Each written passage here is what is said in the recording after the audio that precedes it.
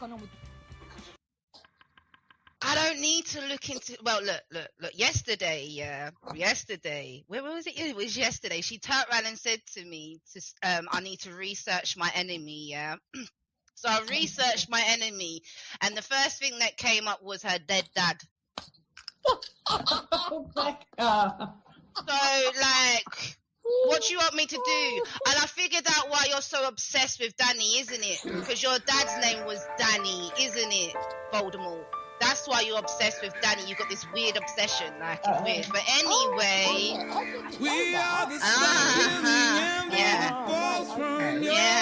yeah. But let me keep the smoke for later.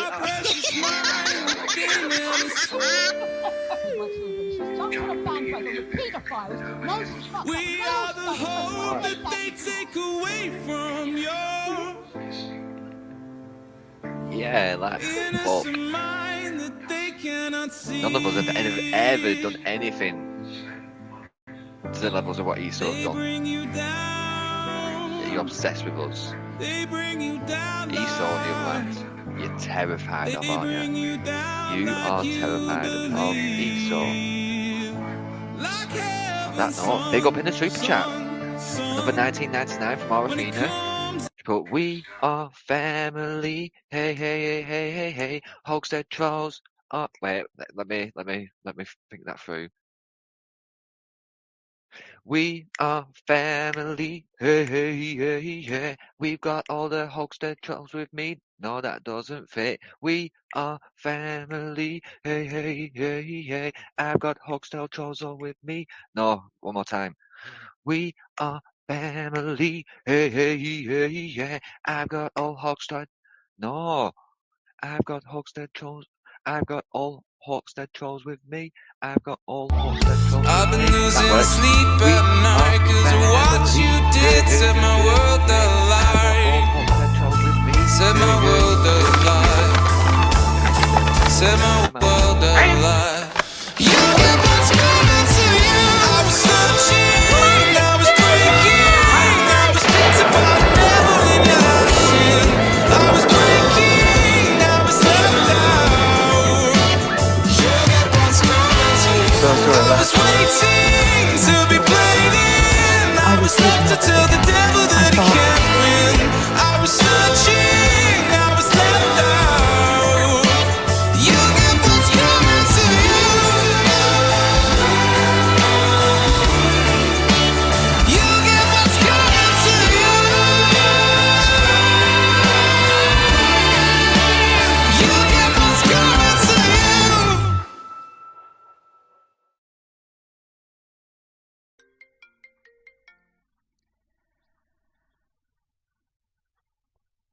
Right, is that Eric? I've just realised who your voice is. Sorry, I'm in bed because I'm not very well. What are you doing? I don't give a fuck if you're not very well. You've never given a fuck if I'm very well. What is wrong with you? Why are you doing this? I'm warning you now. This is the fucking last warning you've got. Warning? You've taken this offline, right? I've taken it offline. I've taken it offline. You've made videos using my children. You've used avatars of my flat, my dad, my mum, my allotment. You've gone for my car, everything. What the fuck are you talking about, you sick cunt? Do you want to listen to me or not? Oh, fair enough. Go on. Right, you decided to take this offline, right? No, I've not decided. You decided to come into my life. Don't fucking make some shit up. I don't know who you are, weird old man. Last warning? Last warning? If you mention my name, AJ's name, Sabina's name, you'll have a knock on the fucking door. I'm going to have a knock on the fucking door. By who? Leave Sabina, AJ... I didn't want to bring Sabina into it. They made out she's a solicitor and she's not, okay? I've been requested by law to report them for it because you have to use their name to check it. She said that she is a solicitor. She said that she's a solicitor. She said that her name is Sabina Wood. She said that. Herself said that. AJ then went on to tell the internet. He has control of her Facebook, has her driving license in his wallet. What the fuck is going on there? And she's not agreeing with him. Is this my fault? You lot all came after me. I don't know you people. Leave Sabina. I've not done anything to Sabina. She has proclaimed to be a solicitor, and now it doesn't marry up with what AJ has said online. You lot think it's fine to go down my Facebook accounts that I don't even have access to get things. You've taken my fucking children and made videos over it. You've put my shit out all over the place, and you've got the fucking audacity to call me and tell me to leave you alone. No. You haven't even got the bollocks to have your number come up. You fucking melt. Leave Sabina. I have not touched Sabina. I will not. The law will deal with Sabina and you and AJ and Danny and anyone else you want to fucking try and threaten me with. I am not fucking scared of you cunts. You have been bringing her name up all the fucking time. You are Leave the fucking woman finished. out of it. You are fucking finished. Leave the woman. I have not done anything. You are phoning me from a withheld number. You are phoning me and threatening me. No, I'm not threatening. I'm just saying. You've just fucking said it's your last warning. How many times? Last warning for what? Last warning for what? I've not done a thing, and I don't intend. I don't intend to do a thing. You fucking pricks harass me day in, day out. And you've fucking got the audacity to phone me. If you mention her name once fucking more, it will be coming to your fucking door. And you've just done it again. So you're threatening what is coming to my door? Matter or that. Wow.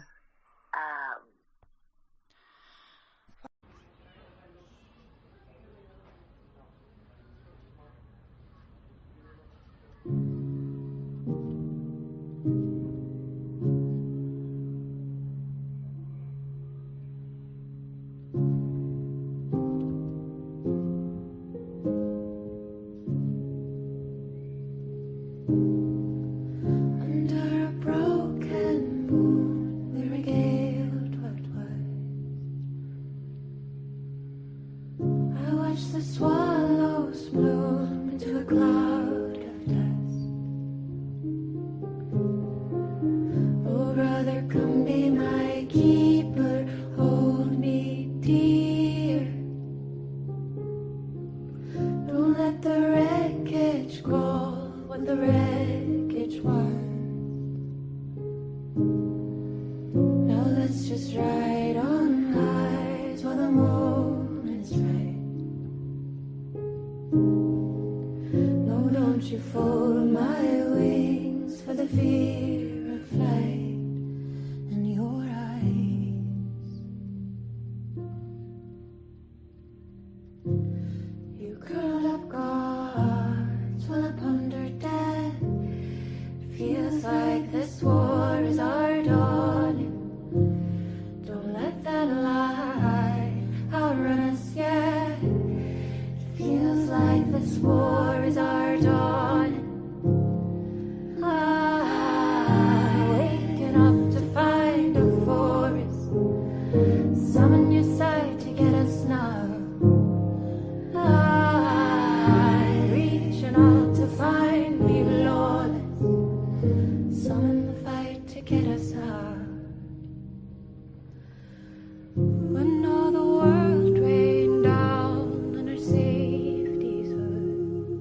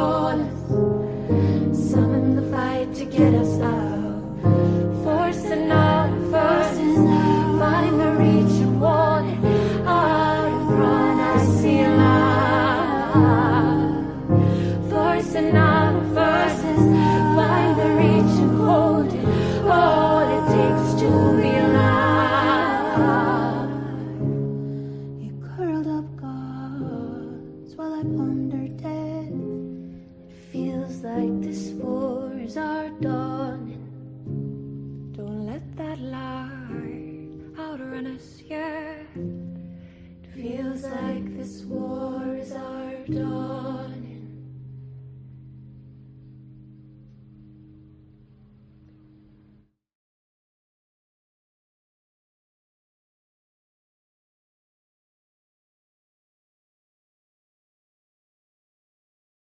Who are these 20 special children? There's Millie, she's a brown girl. Millie who? Millie Cowell. Millie Cow? Yes. Okay. So how do you know she's one of the 20 special children? Because I know because she comes and they do sex to her, mostly. Who's they? Who's they? The teachers, the parents, the staff. Every single teacher or specific teachers? No, the whole school does it. The whole school, and we got our own church. Yeah. Too, because they do that, because after, as I said, we kill babies, we drink their blood, we eat them, but then after so the social services who are in it, they go to families or. You like what? An historic day here today. Congratulations, this is a huge moment. But what happens now? The best thing about being a Sky News journalist? They call him the king of the jungle. Being a Sky News journalist. Yusra al-Bagir has this report, and this is what's left of it. As a woman of colour, how did the Harris campaign speak to you? People risk their lives to speak to us for this report. Mr. Zuma, Sky News. We're trying to see as much as we can. Welcome back. A reminder of the top stories this morning. US President Donald Trump is on his way to the World Economic Forum in Davos, where he'll address world leaders and business chiefs. It comes amid mounting tensions between the US and Europe over his threats to take control of Greenland. British homeowners will be able to access low and zero interest loans to install solar panels, heat pumps and batteries. It's all part of the government's £15 billion warm homes plan that they say is aimed at cutting energy bills. The rate of inflation rose to 3.4% in December. Official figures show it's up from 3.2% the month before, slightly higher than most economists had expected. Well, there's an awful lot of moving parts this morning, again, on the international stage. So we just wanted to very, very quickly show you the latest from Strasbourg. This is Ursula von der Leyen of the European Commission, the EU Commission. And she has been, she's just left, I should say, actually. But we can tell you what she did say just a few moments before her speech finished. The main takeaway is that she's been talking tough on Greenland. The future of Greenland is only for Greenlanders to decide. And so she obviously addressed the World Economic Forum yesterday. She was speaking in Strasbourg today, I guess, reiterating that message. I think the latest, obviously, is still early in the morning in Davos as well. It's 1 hour different. I'm trying to think it's 1 hour ahead or behind. I think it's ahead. I think it's 9:30 there, so it's still early. But we have already heard today afresh from the US administration, from Scott Bessent, the Treasury Secretary who's there, who had a very firm line still on Greenland. Also, we should say a very firm line on Chagos, reiterating the kind of new take on it that the US has that we learned about from President Trump, 36 hours ago. So, you know, the tensions remain as high as you could possibly expect ahead of Donald Trump's arrival, which has been slightly delayed. His speech was meant to be around lunchtime, but his flight was delayed, so he'll be there a bit later this afternoon. It's interesting, Ursula von der Leyen also saying this morning that in this increasingly lawless world, Europe needs its own levers of power. And this really, to me, does seem to be the kind of backdrop of Davos, really. We've heard Mark Carney of Canada talking about a new world order and all that kind of thing as well. So I think it's pretty clear that things in the kind of global alliances are shifting rapidly. Now, we've been talking a lot about the possibility of the government banning social media for under 16s. And yesterday we told you that a consultation had been launched in the UK by the government. Politicians are watching what happens in Australia very closely, who of course brought in a similar ban 6 weeks ago. So we wanted to check in and find out if it's actually working and what the UK can learn from it. We can talk to our correspondent Nicole Johnson, who joins us from Sydney. Nicole, how's it been going down? Well, it's been a mixed bag, really. It's 6 weeks in, and it depends on who you talk to. We were warned by kids weeks ago that they would not let the government take them off their favourite social media apps, 10 of them, sites like Facebook, TikTok, Snapchat, and many of them have gone through with that. They say they found ways around it, around the age verification that is now on these apps that they've had to introduce. They either get an older sibling or a friend, or they even hold up a photo to try and trick the age verification. So it's not as solid as the government would have liked, but it had always realised that it was a bit of an uphill battle. But let's take a listen to what some of the kids had to say. The social media ban definitely affected, me and my friendships a little bit, because especially on Snapchat, you go from talking every day and having a reason to talk to keep up streaks and all of that, and then it gets banned and you move to messages and you don't really have a reason to chat anymore. To be honest, my life hasn't really changed 1 month on from the ban. A lot of my friends and I have been able to regain our accounts due to facial recognition not being fully accurate. It's failed completely. Failed in what way? Failed to do what? Failed to block people from using it, and also failed as an idea. I haven't really seen anybody use new social media apps. I think most people just like the apps that they have already. I overall think that the ban is positive because kids get exposed to a lot of negative things online that can affect their mental health and body image and perception of others. And it's also quite fake, the platforms that they use. Argument, and it's pretty clear an awful lot of kids are getting around this, right? But I guess, you know, we don't say, oh, just because some kids raid alcohol from their parents' booze cupboards, that means that we shouldn't say that we have a drinking age limit. I mean, is this just kind of inevitable, I guess, with law change? I think it is inevitable, and that's the argument that the government's been making. There's still been 4.7 million accounts for kids under the age of 16 that have been closed. Hundreds of thousands of kids have been kicked off these apps, and the government had always said it would take time, it could take decades, really. But they are framing all of this as a cultural shift, a real change in this country, so that kids, instead of growing up addicted to social media, scrolling, harmful effects, online cyberbullying, the government wants them to be outside enjoying the Australian summer, playing sport, learning musical instruments, hanging out with their friends. Now, how much of that is really happening? It's a bit too early to tell, but people do seem pretty patient. And even parents who have said that it's not working, their older teenagers are still on it. They do acknowledge that for the 8, 9, 10-year-olds, they think things will be different. Nicole, great stuff. Thanks so much. Nicole Johnson there for us in Sydney. We asked you to send in your views on this, and if you got your views, then you can continue to do that mornings at sky.uk. A few people have actually sent in. It's quite interesting. These people are supportive of the ban, but saying that more needs to be done to stop people getting around it. So one mum emailed in saying that she strongly supports a ban. She's got a mum of a 13-year-old, really strict parental controls, but then found out that, you know, her kids have been finding a way around them, you know, downloading VPNs and that kind of thing. So she's saying that if the ban's to be effective, they need to tech-savvy individuals to be consulted to close these loopholes.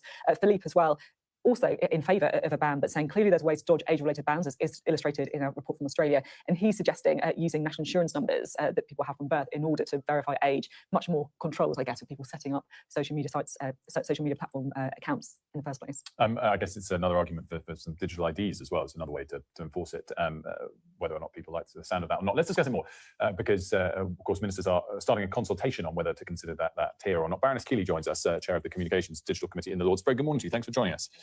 Are you for or against a ban for under 16s on social media? Well, the committee that I represent hasn't taken a position on it, but I'm personally not for a ban. I'm feeling against it at the moment. And why is that? Well, there are very strong opinions, but the campaigning organisations, all the stakeholder organisations like the NSPCC and the Molly Rose Foundation, those most involved with issues of children, young people and online safety, don't believe in a ban, don't believe it's the right thing, and are very direct about that. They believe what we've got to do is tighten up our online safety legislation.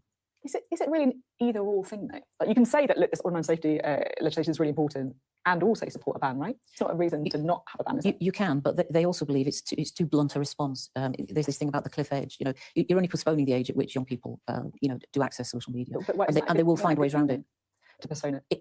It could be, and I think that's why we've got the consultation that we've got the ministers have announced this week. On that point, on the sort of consultation and the fact that Australia are testing it, what are kind of the learnings you're looking for from the situation in Australia, and what would sway you significantly in either direction based on how it all plays out there? I think if we could be sure that it would prevent, you know, many more children, young people from accessing, you know, harmful material, particularly sexual abuse material, pornography, and also look for benefits to mental health. I think the benefits to mental health are the key thing that people are looking for.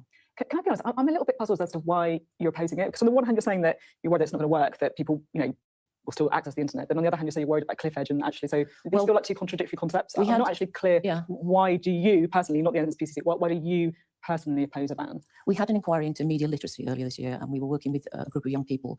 They didn't believe in a ban. It's a group of young parliamentarians representing people all down the country. They didn't believe in it, and we went to schools and talked to parents and other experts who really felt that we should be training young people, educating young people in media literacy and digital skills, getting them, you know, to understand how to keep themselves safe. So that when I still am not clear why you don't think there should be a ban, because you're just talking there about some young people you've spoken to and parents saying you shouldn't have more. I'm just not clear why you personally don't think there should be a ban. Because it's a blunt response and people think it won't work.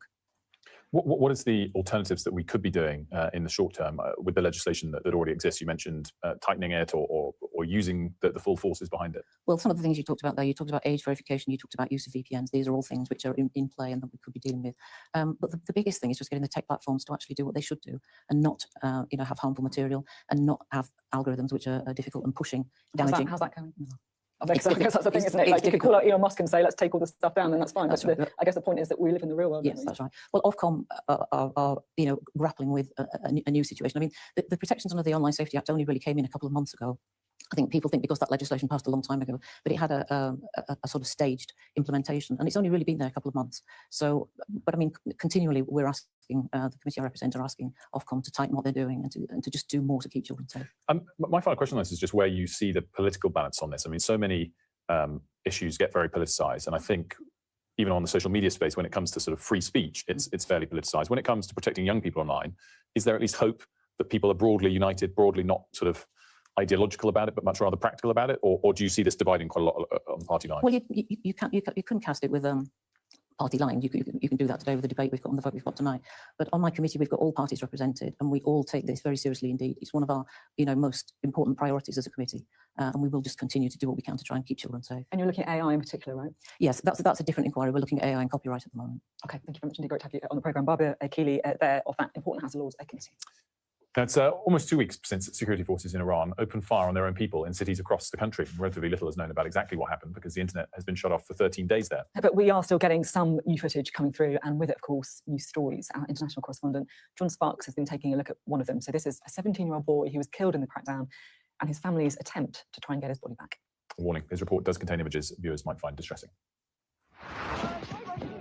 Abu Fazl's family didn't want him to attend the protests on January the 8th, the night the regime opened fire on its own people.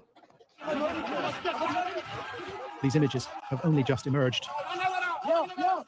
Abu Fazl's aunt, Gita, said the family began to look for the 17-year-old in the early hours.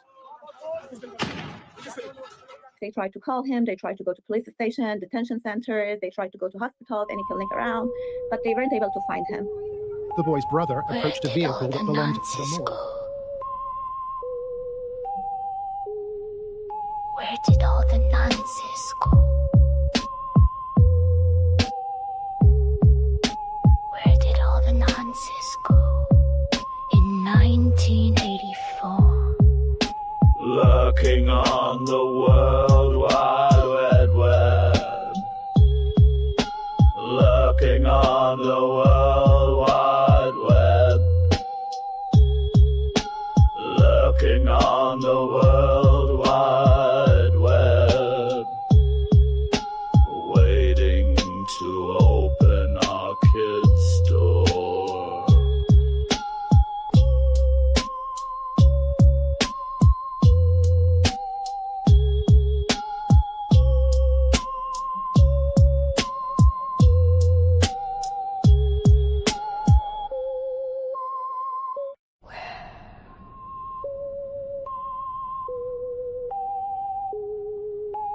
Where did all the nonsense go? Where did all the nonsense go? Where did all the nonsense go? In 1984. Lurking on the World Wide Web. Lurking on the World Wide Web. Lurking on the World Wide Web. Waiting to open our kids' door. I think people think because that legislation passed a long time ago, but it had a sort of staged implementation, and it's only really been there a couple of months. So, but I mean, continually we're asking, the committee I represent are asking Ofcom to tighten what they're doing and to just do more to keep children safe. My final question on this is just where you see the political balance on this. I mean, so many issues get very politicised, and I think even on the social media space, when it comes to sort of free speech, it's fairly politicised. When it comes to protecting young people online, is there at least hope that people are broadly united, broadly not sort of ideological about it, but much rather practical about it, or do you see this dividing quite a lot on party lines? Well, you couldn't cast it with party lines. You can do that today with the debate we've got and the vote we've got tonight. But on my committee, we've got all parties represented, and we all take this very seriously indeed. It's one of our most important priorities as a committee, and we will just continue to do what we can to try and keep children safe. And you're looking at AI in particular, right? Yes, that's a different inquiry. We're looking at AI and copyright at the moment. Okay, thank you very much indeed. Great to have you on the programme. Barbara Keeley there of that Important House of Lords committee. Now, it's almost 2 weeks since security forces in Iran opened fire on their own people in cities across the country. Relatively little is known about exactly what happened because the internet has been shut off for 13 days there. But we are still getting some new footage coming through.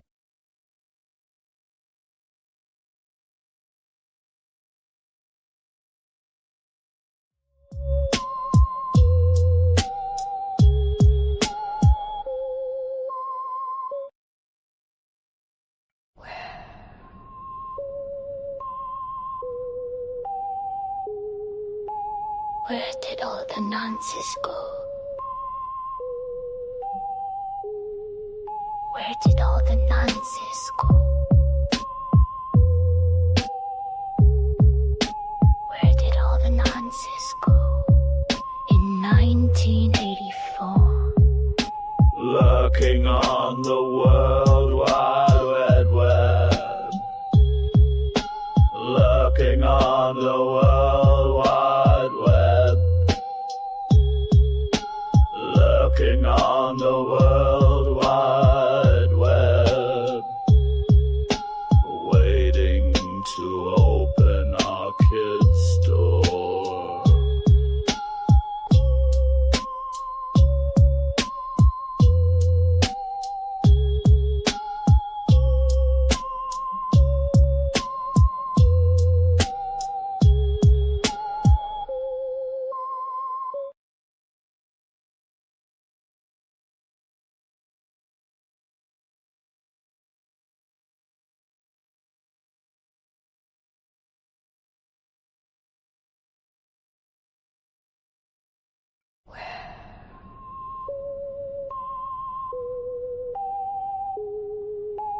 Where did all the nonsense go?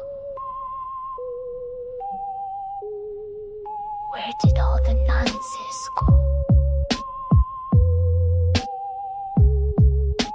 Where did all the nonsense go?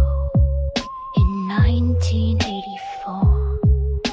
Lurking on the World Wide Web. Lurking on the World Wide Web.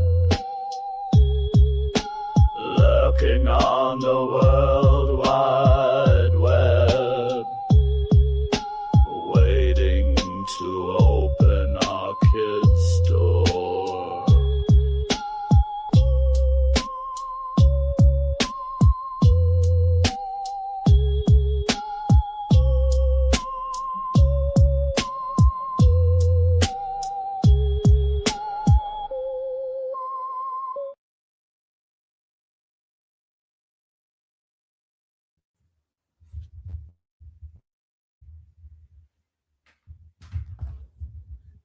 Just before I go back to putting the news on and carrying on with work, I mean, do I need to explain what's going on here all day, every day? Do I need to defend every fucking slanderous, abusive, vulgar comment thrown at me even whilst I'm not here? I mean, am I supposed to then just read this? It's insane. Anybody who actually knows me knows I've worked for most of my life up until COVID and the breakdown of my marriage and this situation just becoming an actual full-time job. I had a paper round when I was something ridiculous like 8 or 9 before school. Then when I was 13, maybe, I worked after school every day. After school, you can ask them, because when I had my fight, the one that they called me Tyson for, and it had nothing to do with biting ears, but there were lots and lots of people that saw that one. Everyone who keeps telling me. I went to work that day covered in blood. But yeah, I worked there for quite a while. The singer from a band called The Rips, actually, I worked with his aunt there, so you can check that one as well. I was kind of a groupie for them back in the day as well. So I've existed in these places, but I mean, they can verify these things. Then I was a head cashier in a bank until I was ready to pop with Amy. I couldn't even fit behind the till. I've been manager of a kitchen in a pub. I've done so many different fucking jobs. I've worked in childcare whilst I was pregnant with still breastfeeding my last child. You know, I've worked non-stop in various jobs throughout my life, even around having children. Then obviously it was a family business and a breakdown of the marriage. Who are you people to demand? And I'm always trying to do what is my actual work and figuring it out as I go along anyway. Now I'm very comfortable in what my work is, and now I have the tools to help me do it and to replace what should have been done or has been erased by you guys already. And you don't like that. So now it's mock Kaylee for using AI, because just Kaylee's a cunt for doing that when the whole world's doing it. But you're just still here just going to tell me that I've never worked when everybody who knows me knows I've worked. My favourite job actually was being a fucking delivery driver for Asda. That was my favourite one because I was just burning it about in a van. I loved that on my own, blaring like music, whatever I wanted to. I've loved the jobs where I've had solitude, to be fair. Getting into the mode in the kitchen, I love that, as stressful as it can be at times. Running a kitchen completely on your own when you just get good at that anyway when you cook for a lot of people, which I did do for a long time.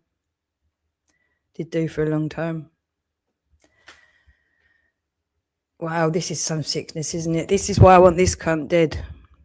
All day, every day, about my kids. You're so fucking guilty, aren't you? Your conscience is burning, isn't it, Lyndon? You're going to suffer so much and you absolutely deserve it. And people need to see it so that they are deterred from doing what you've done. Really? This is what we're doing this morning, is it?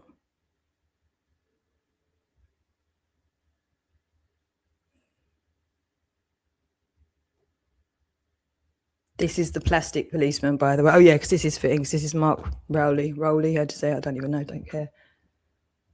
Actually, isn't it? No, it's not Crowley. No, it's not Crowley. So many fucking names. So this is the plastic one that terrorizes traumatized women for a job, protects paedophiles, goes digging up dirt on children who have been victims of paedophilia to then publicly defend the paedophile, call the woman the perpetrator of a crime, and, calling her a woman. That's what I meant to say first, calling her a woman when she's a child. Conspires with other men to hoax and traumatize further traumatized women. This is what this man does as a job, and he calls himself the fucking hoax police. And he's dedicated years and years and years, 24/7, and he's still here now to go on about my children first thing in the morning, because that's all they've got now, to try and still break me. All they can hurt me with is my children, because they know that's the only reason I'm here. But it's just become what it is now, because everybody else can see that that's what you've been doing for all of this time.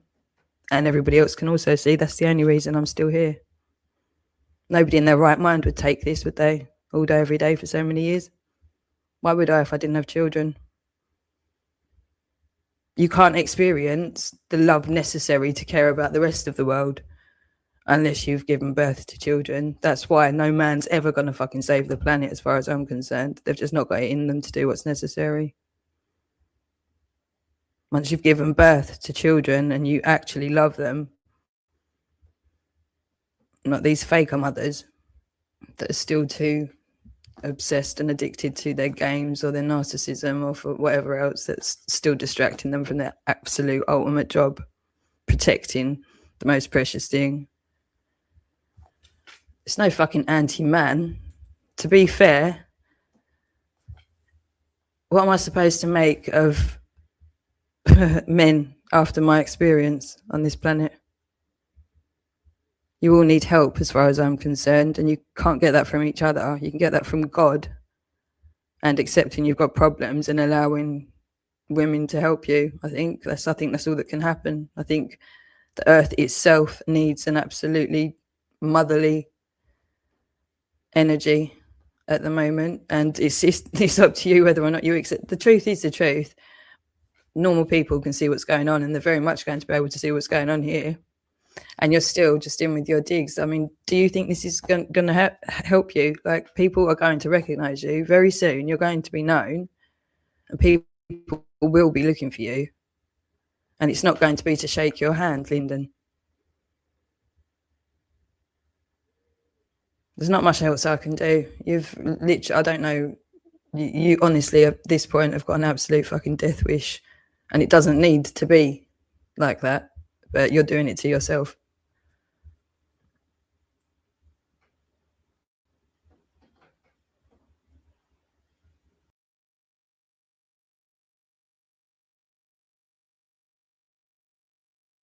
And with it, of course, news stories. Our international correspondent, John Sparks, has been taking a look at one of them. So this is a 17-year-old boy who was killed in the crackdown and his family's attempt to try and get his body back. A warning, his report does contain images viewers might find distressing. Abu Fazl's family didn't want him to attend the protests on January the 8th, the night the regime opened fire on its own people. These images have only just emerged. Abu Fazl's aunt, Gita, said the family began to look for the 17-year-old in the early hours. They tried to call him, they tried to go to police station, detention centers, they tried to go to hospitals, any clinic around, but they weren't able to find him. The boy's brother approached a vehicle that belonged to the morgue.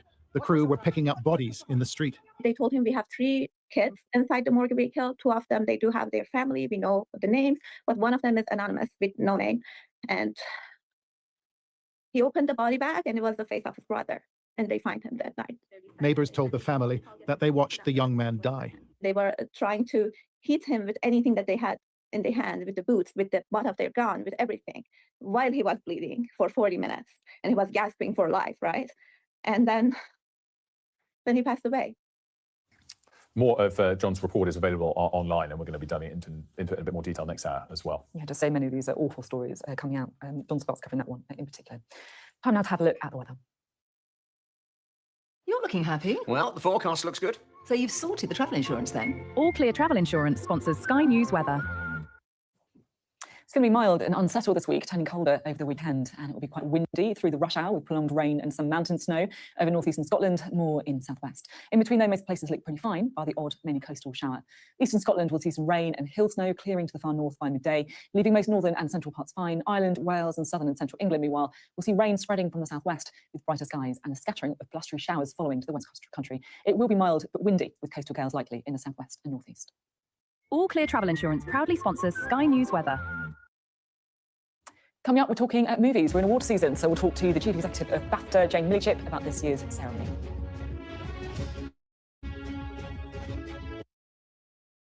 First Minister, how are you? Good morning, good morning. Nice to see you. How are you feeling? Looking forward to getting into the parliamentary chamber. Are you any further forward to making a decision? No, it's an important day today. All the claims are in line with my parliamentary duties, so I'm making that clear to you, Connor. He was a Scot through and through. He's a very good politician. Alex Salmond was controversial, he was a disruptor, but above all, he was respected. Will you resign if you lose this week? Again, I'm not planning to, of course, lose the vote in confidence. I plan to win that vote, no confidence. His face said it all. My intention to stand down as party leader. This is now a storm with deadly consequences. How are they feeling? A little bit scared at the minute. We've been told to evacuate. How are you feeling? Devastated. Hundreds of homes were wiped out by flooding.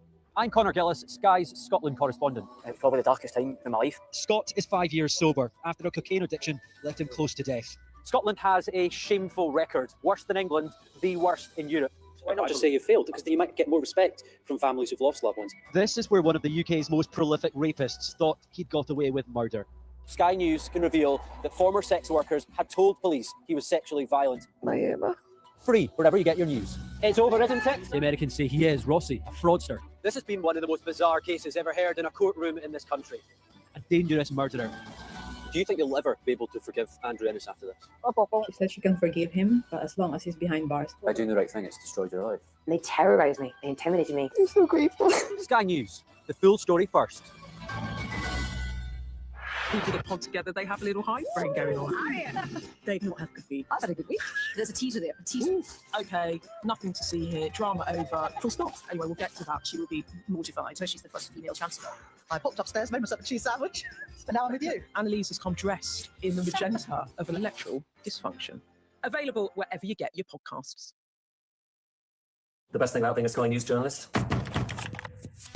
I'll take you behind the scenes here for Election Night Live. They have gone up and up.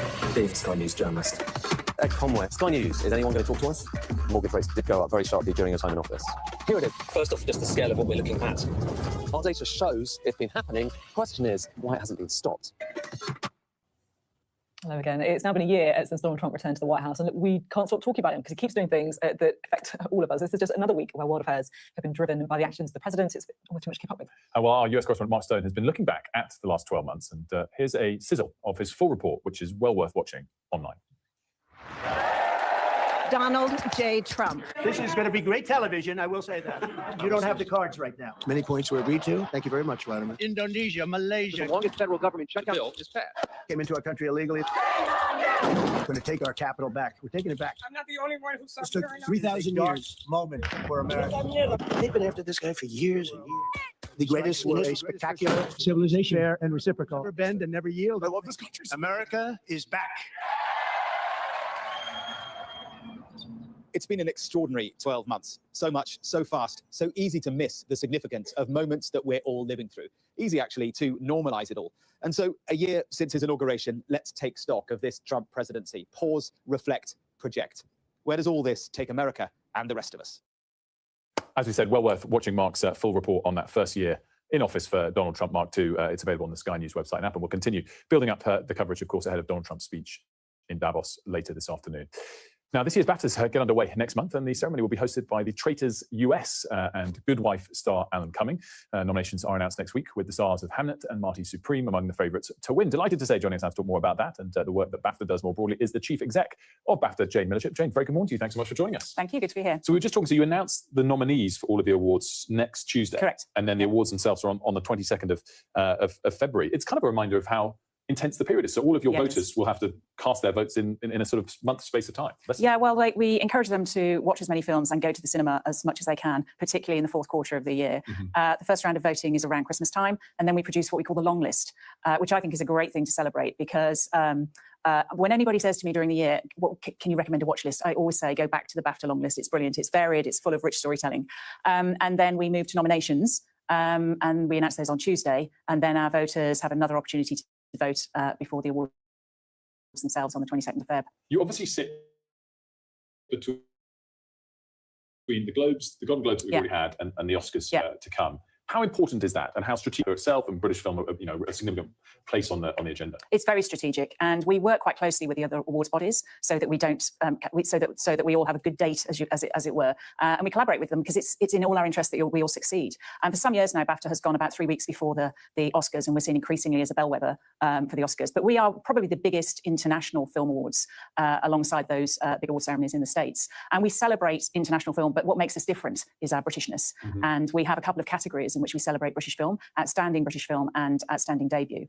And so it's a really rich mix of British talent, and it's amazing. We get full support from the US studios, which is fantastic. And many of those US studios have supported British film this year. So it's really a global community, but we really want to foreground British talent. It's interesting because we can all get a bit depressed about how well or not the economy is doing at certain points. But this is an industry where we are as good as any nation, perhaps the best in the world. I mean, we certainly punch above our weight on a sort of relative to population type basis. Absolutely. I mean, the creative industries are worth about 125 billion to the UK, which is extraordinary.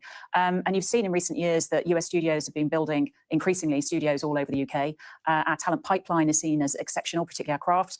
And we do punch above our weight. And we are influential in our storytelling. If you just look at the films in the long list at the moment, extraordinary talent. So yeah, it's really important to the UK culturally. It's really important to the world culturally, and definitely to the economy. I guess a lot of people do think of BAFTA as the awards ceremony, but it's much more than that. Yes. What are some of the other kind of headline things that you spend some of the money you raise on? Well, we're a big arts charity, and we also represent film, games and television. So we're unusual in that we support 3 sectors in the screen arts. But we run a number of talent programmes in which we look to level the playing field in the screen arts, provide opportunity particularly for underrepresented groups. We have refreshed our membership in recent years to ensure that it is representative of the population as a whole. Representation matters because if we invite into the community of the screen arts as many people as we can and talented people from all quarters of society, the stories they tell are then more representative and connect more with audiences. But we run bursary scholarships in career acceleration programmes, a whole suite of programmes. I guess the framing I think many would have is that there was great progress in the industry for decades on that, and that it's tailed off or plateaued. Is that fair or not? Well, I think the screen industries go through ebbs and flows. In television at the moment, there are challenges with the downturn in advertising, and I think there has been particular challenges for the freelance sector. So we're turning our attention on a lot of our talent schemes to try and help freelancers particularly navigate careers that we need to try and make sustainable and agile. But yeah, there are peaks and troughs in the industry. I've been around long enough to see both many times. But I think the cultural sector in the UK needs support. It's really important culturally, socially, as well as economically. And we've got a lot of talent here, and we've got an amazing pipeline that we need to continue to foster, all the way from creative arts in schools through to in-career development programmes. I have one quick final question. There's a Netflix in the process potentially of buying Warner Brothers Discovery. It's a complicated kind of battle at the moment. Some question whether that would push more Warner Brothers, a film studio, to the small screen. Where do you stand on the important. And in our awards, our entry criteria. And so we do support the theatres and cinema going, but it's part of a mix nowadays. And you know, the streamers have put a lot of investment into filmmaking, which is very welcome. But if you can go to the cinemas, please go. And I was talking to some of your team in the green room earlier, and they were waxing lyrically about the films they'd seen at the cinema this weekend. So there are some good ones this year. Yeah, for sure. there are. I went to see Marty Supreme recently. It was very, very good. We're out of time. Jane, thanks so much for joining us. Thank you very Great much. to see Jane Millership, the Chief Executive of BAFTA. Lots more still to come next hour. Yeah, an awful lot going on, of course, with a focus on Davos. Donald Trump's heading there, this summer isn't, but look, there's going to be an awful lot of focus on the kind of new world order, if you like, and how to handle the threats the US president's made on Greenland in particular. We're going to continue build up to President Trump's address in Davos after the break and reflect on some domestic news, including the inflation print after the break. What's the best thing about being a Sky News presenter? We've done the work and the reading, so yeah, do you be a Sky News presenter? Hello, and welcome to Westminster, the heart of British politics. I'm so sorry about what happened to you. So what do you reckon I should do then? Drop her a line or just pop round with a decent packet of biscuits?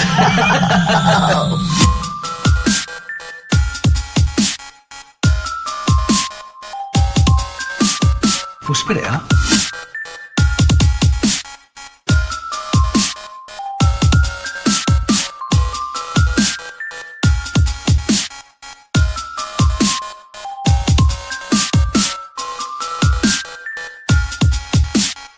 So now you're incompetent as well as a liar.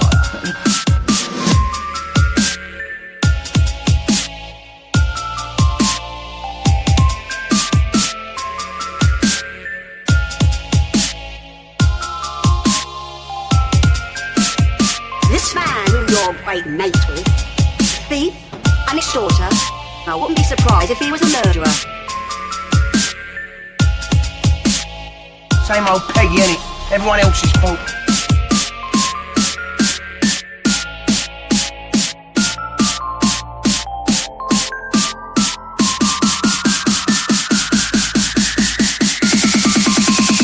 You invited him in for coffee.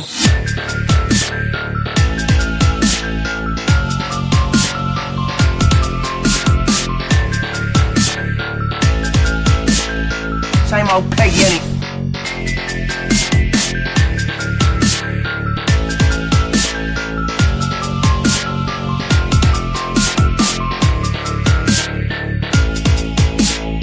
Same old Peggy, innit? No one cares what you think.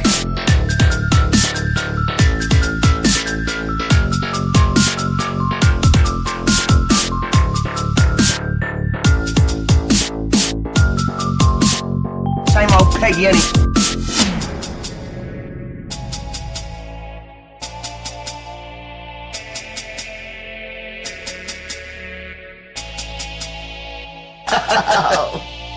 We'll spit it out.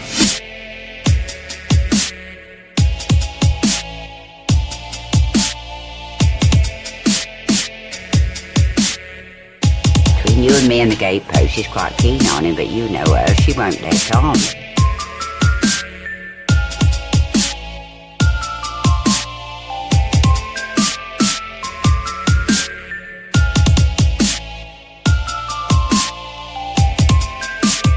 I feel like a film star. I'd like to see that film though.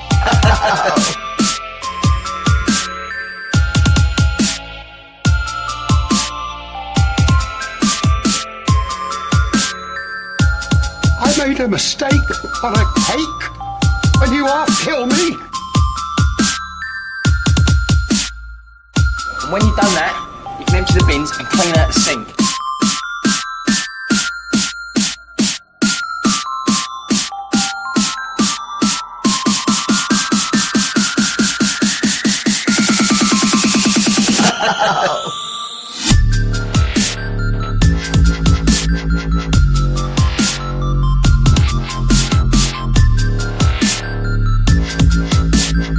It's £4.50 you've made, Ray. For coffee.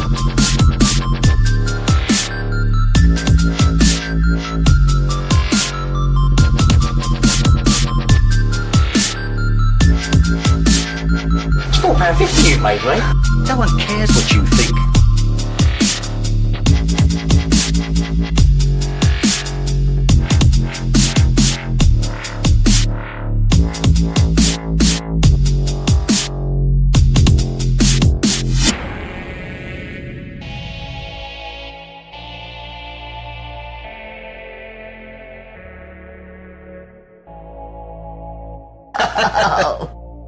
We'll spit it out.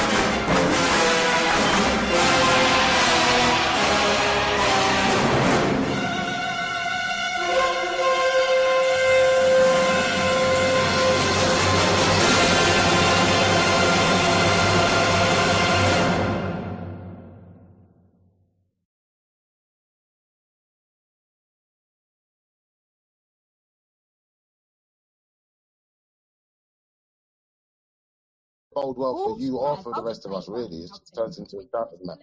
All she has, because she has not looked into who I am or what's gone on with don't need to look into. Well, look.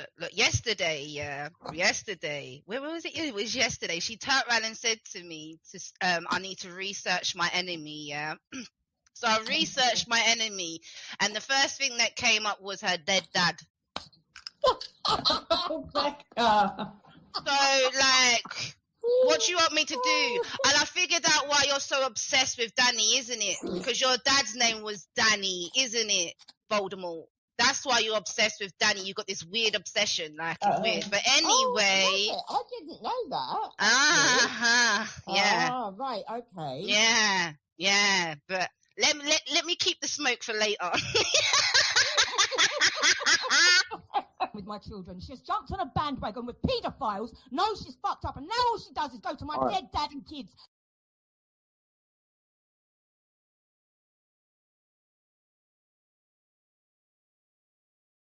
Bode well for you or for the rest of us, really. It just turns into a doubted man. All she has, because she has not looked into who I am or what's gone on with.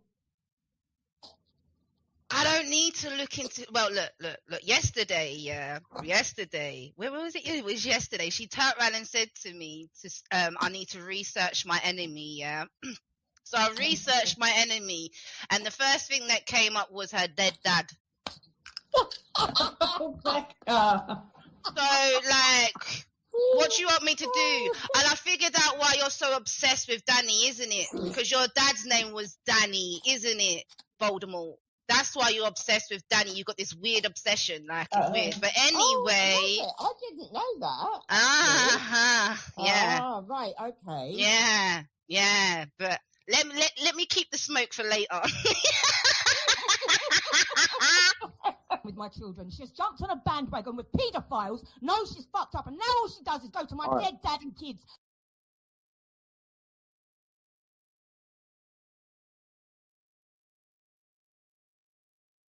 Bode well for you or for the rest of us, really. It just turns into a doubted man.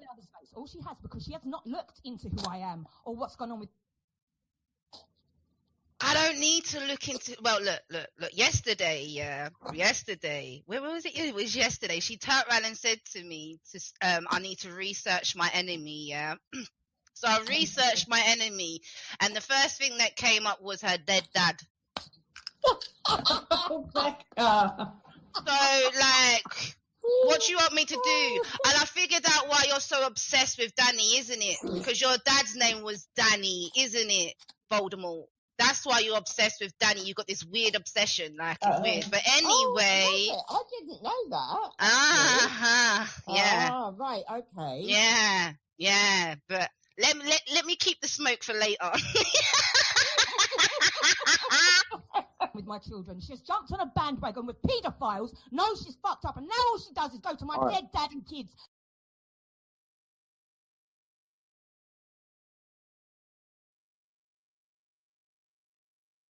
Bode well for you or for the rest of us, really. It just turns into a doubted man.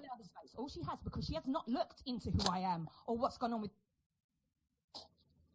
I don't need to look into. Well, look. Yesterday, yesterday. Where was it? It was yesterday. She turned around and said to me, "I need to research my enemy." Yeah. So I researched my enemy, and the first thing that came up was her dead dad. So, like, what do you want me to do? And I figured out why you're so obsessed with Danny, isn't it? Because your dad's name was Danny, isn't it, Voldemort? That's why you're obsessed with Danny. You got this weird obsession, like it's weird. But anyway, I didn't know that. Yeah. Ah, right, okay. Yeah. But let me keep the smoke for later. With my children, she has jumped on a bandwagon with paedophiles, knows she's fucked up, and now all she does is go to my dead dad and kids.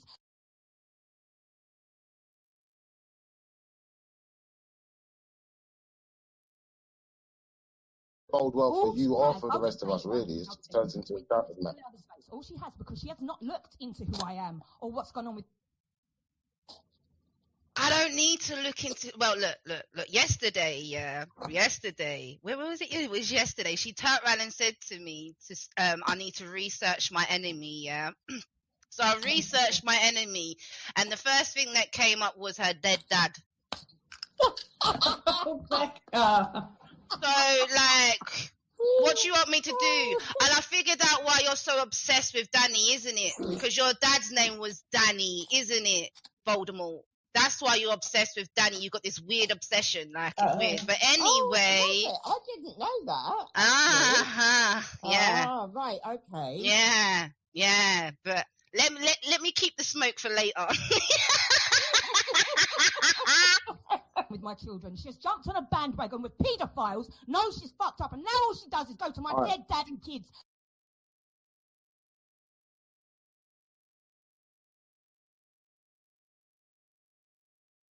Bode well for you or for the rest of us, really. It just turns into a doubted man. All she has, because she has not looked into who I am or what's gone on with.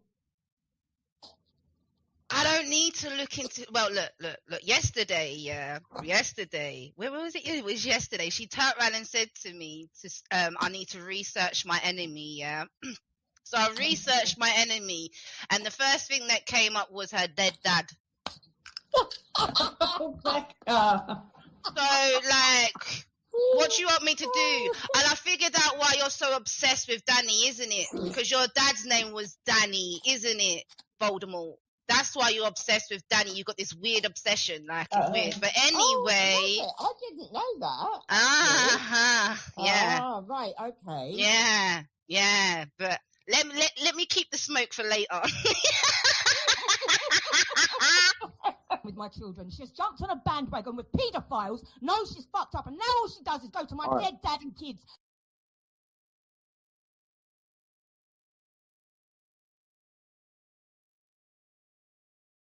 Bode well for you or for the rest of us, really. It just turns into a doubted man. All she has, because she has not looked into who I am or what's gone on with. I don't need to look into. Well, look. Yesterday, where was it? It was yesterday. She turned around and said to me, "I need to research my enemy." Yeah.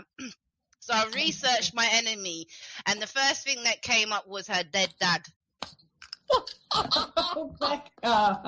So, like, what do you want me to do? And I figured out why you're so obsessed with Danny, isn't it? Because your dad's name was Danny, isn't it? Voldemort. That's why you're obsessed with Danny. You got this weird obsession, like it's weird. But anyway, I didn't know that. Yeah. Ah, right, okay. Yeah. But let me keep the smoke for later. With my children, she's jumped on a bandwagon with paedophiles, knows she's fucked up, and now all she does is go to my dead dad and kids.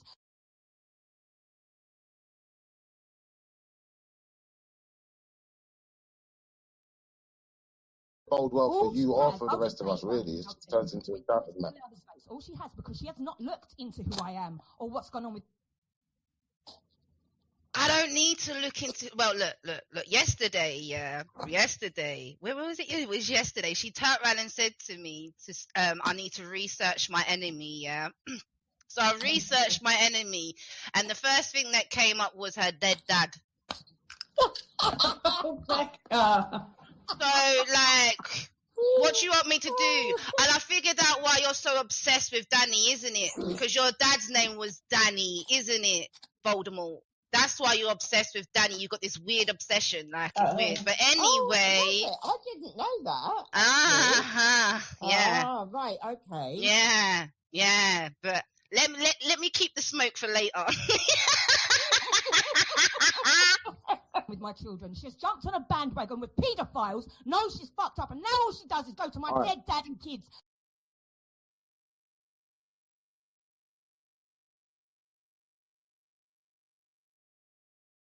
Bode well for you or for the rest of us, really. It just turns into a doubted man.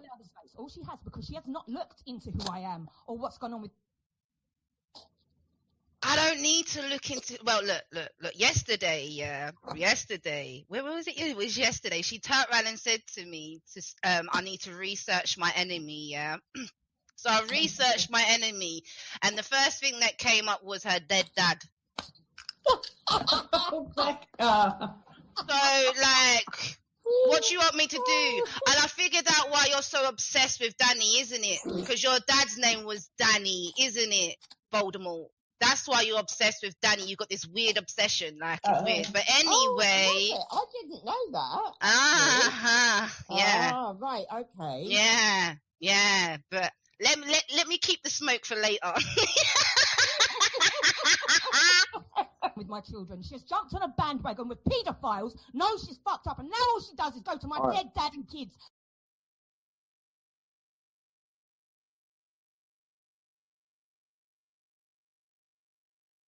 Bode well for you or for the rest of us, really. It just turns into a doubt match. All she has, because she has not looked into who I am or what's gone on with. I don't need to look into. Well, look. Yesterday, where was it? It was yesterday. She turned around and said to me, "I need to research my enemy." Yeah. So I researched my enemy, and the first thing that came up was her dead dad.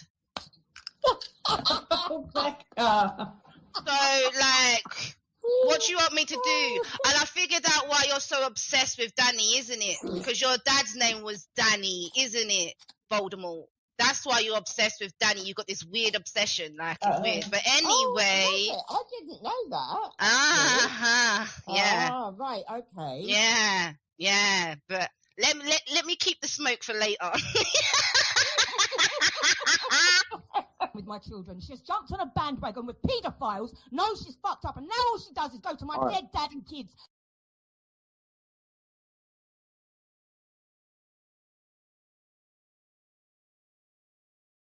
Bode well for you or for the rest of us, really. It just turns into a doubt match. All she has, because she has not looked into who I am or what's gone on with. I don't need to look into. Well, look. Yesterday, where was it? It was yesterday. She turned around and said to me, "I need to research my enemy." Yeah. So I researched my enemy, and the first thing that came up was her dead dad. So, like, what do you want me to do? And I figured out why you're so obsessed with Danny, isn't it? Because your dad's name was Danny, isn't it? Voldemort. That's why you're obsessed with Danny. You got this weird obsession, like it's weird. But anyway, I didn't know that. Yeah. Ah, right, okay. Yeah. But let me keep the smoke for later. With my children, she's jumped on a bandwagon with paedophiles, knows she's fucked up, and now all she does is go to my dead dad and kids.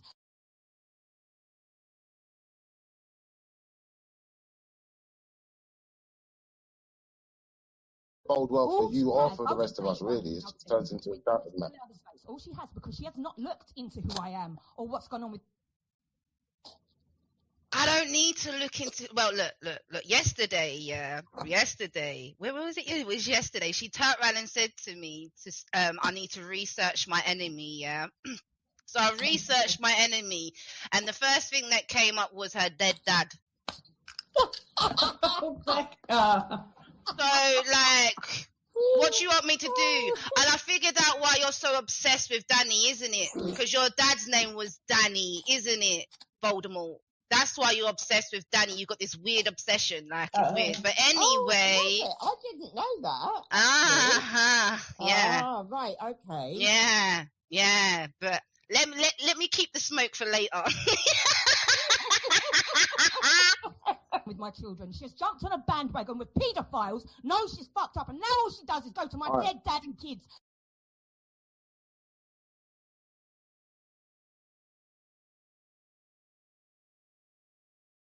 Bode well for you or for the rest of us, really. It just turns into a doubt match.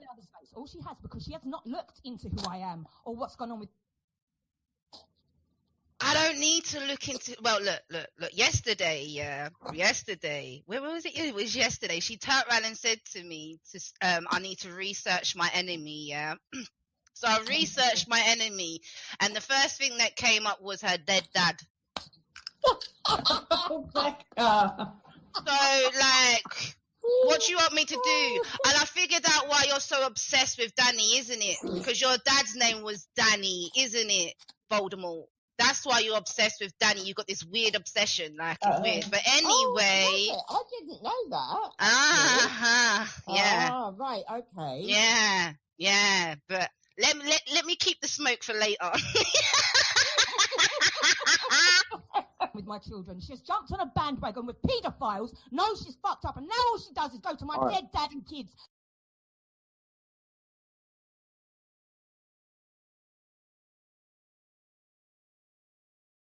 Bode well for you or for the rest of us, really. It just turns into a doubting match. All she has, because she has not looked into who I am or what's gone on with.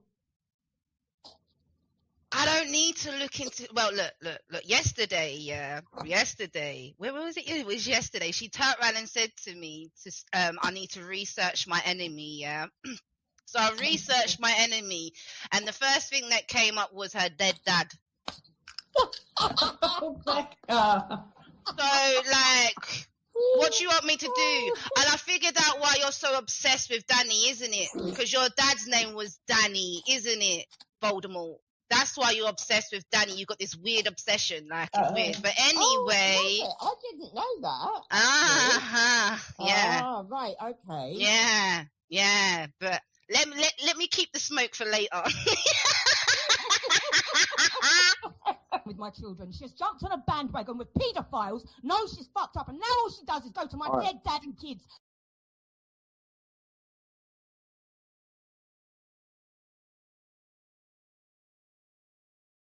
Bode well for you or for the rest of us, really. It just turns into a doubting match. All she has, because she has not looked into who I am or what's gone on with. I don't need to look into. Well, look. Yesterday, where was it? It was yesterday. She turned around and said to me, "I need to research my enemy." Yeah. So I researched my enemy, and the first thing that came up was her dead dad. So, like, what do you want me to do? And I figured out why you're so obsessed with Danny, isn't it? Because your dad's name was Danny, isn't it? Voldemort. That's why you're obsessed with Danny. You got this weird obsession, like it's weird. But anyway, I didn't know that. Yeah. Ah, right, okay. Yeah. But let me keep the smoke for later. With my children, she's jumped on a bandwagon with paedophiles, knows she's fucked up, and now all she does is go to my dead dad and kids.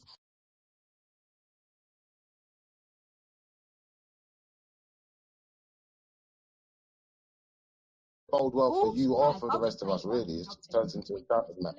All she has, because she has not looked into who I am or what's gone on with. I don't need to look into. Well, look.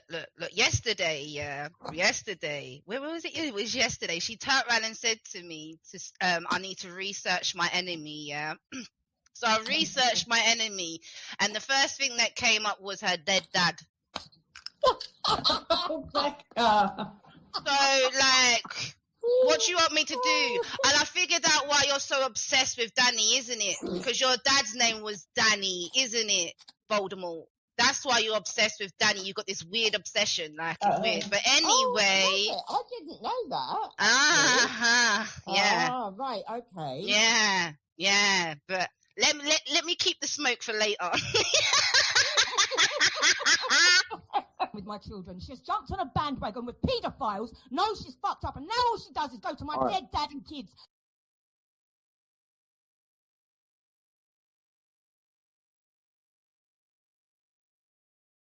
Bode well for you or for the rest of us, really. It just turns into a doubting match. All she has, because she has not looked into who I am or what's gone on with. I don't need to look into. Well, look. Yesterday, where was it? It was yesterday. She turned around and said to me, "I need to research my enemy." Yeah.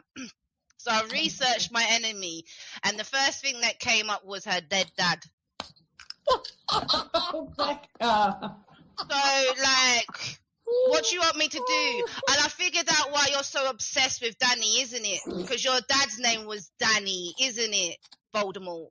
That's why you're obsessed with Danny. You got this weird obsession, like it's weird. But anyway, I didn't know that. Yeah. Ah, right, okay. Yeah. But let me keep the smoke for later. With my children, she's jumped on a bandwagon with paedophiles, knows she's fucked up, and now all she does is go to my dead dad and kids.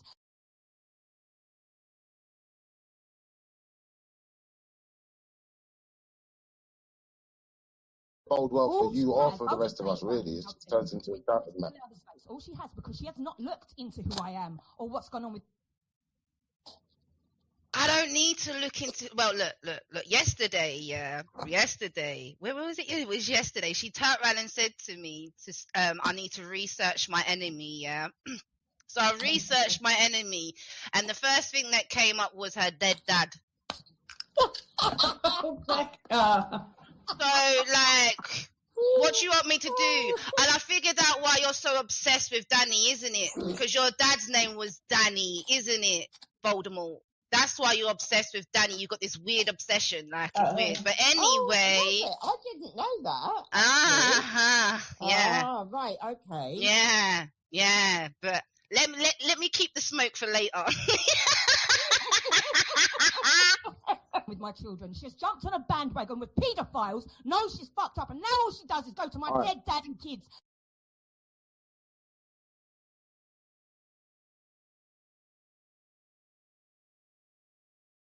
Bode well for you or for the rest of us, really. It just turns into a shouting match. All she has, because she has not looked into who I am or what's gone on with. I don't need to look into. Well, look. Yesterday, where was it? It was yesterday. She turned around and said to me, "I need to research my enemy." Yeah. So I researched my enemy, and the first thing that came up was her dead dad. Oh my God. So, like, what do you want me to do? And I figured out why you're so obsessed with Danny, isn't it? Because your dad's name was Danny, isn't it?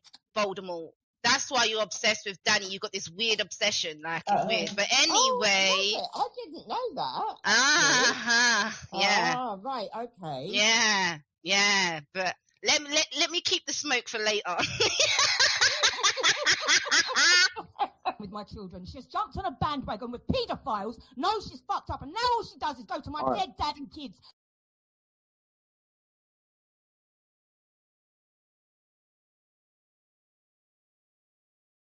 Bode well for you or for the rest of us, really. It just turns into a shouting match. All she has, because she has not looked into who I am or what's gone on with. I don't need to look into. Well, look.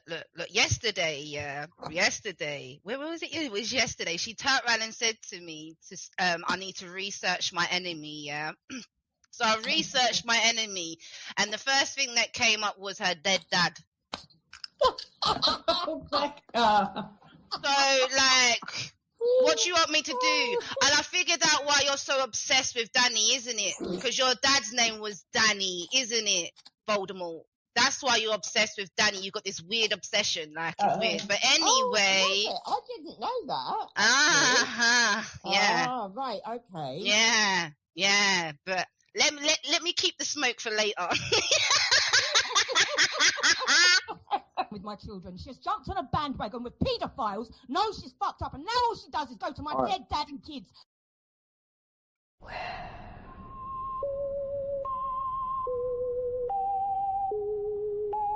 Where did all the nonsense go? Where did all the nonsense go? Where did all the nonsense go? In 1984. Lurking on the World Wide Web. Lurking on the World Wide Web. Lurking on the World Wide Web. Waiting to open our kids' door.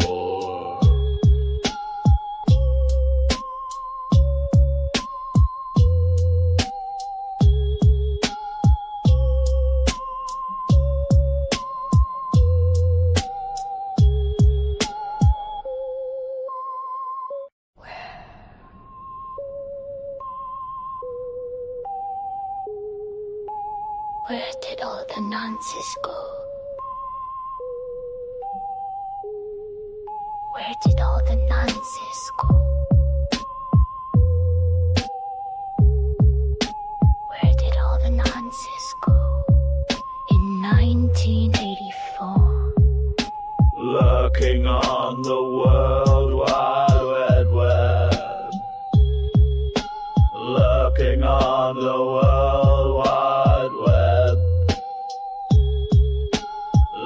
Lurking on the World Wide Web, waiting to open our kids' door.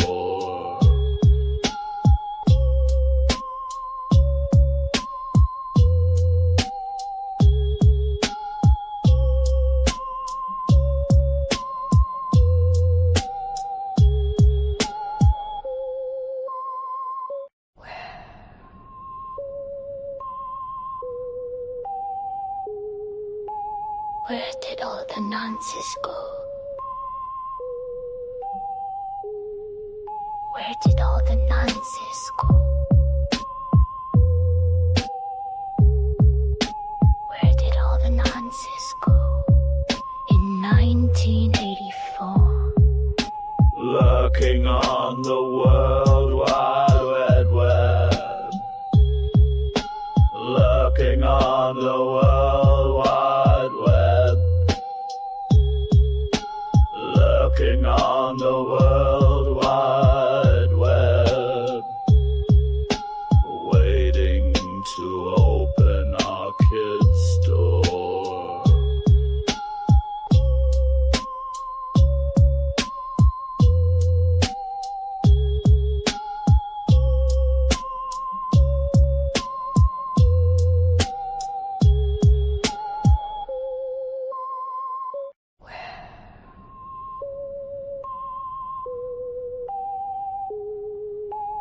Where did all the nonsense go?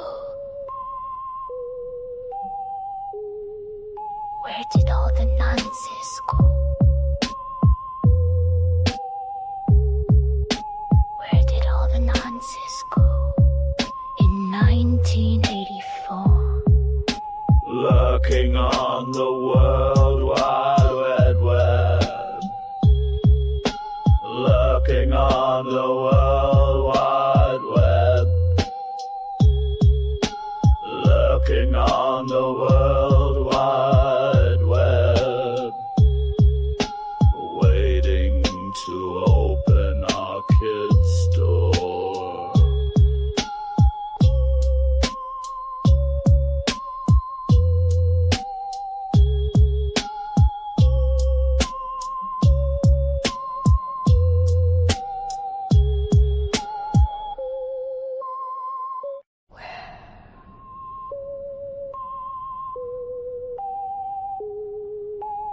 Where did all the nonsense go?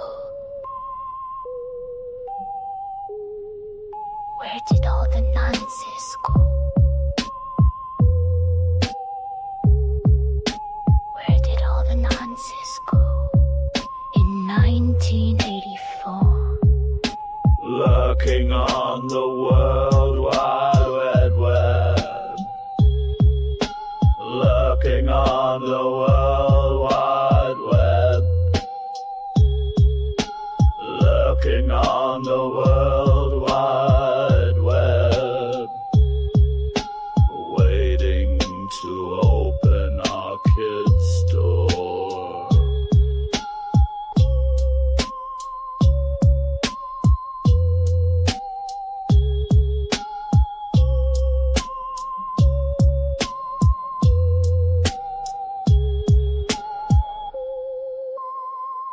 Where?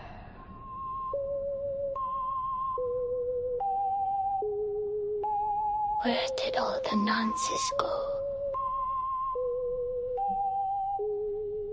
Where did all the nonsense go? Where did all the nonsense go? In 1984. Lurking on the World Wide Web, lurking on the World Wide Web,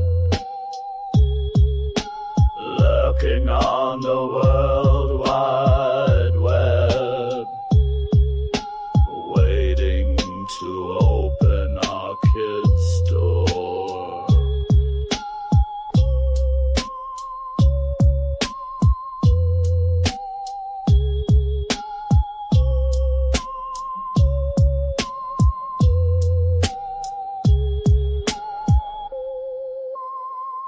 Where?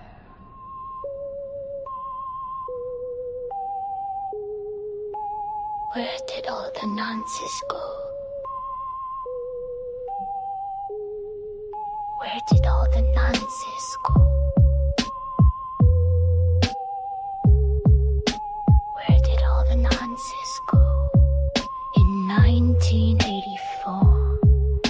Lurking on the World Wide Web.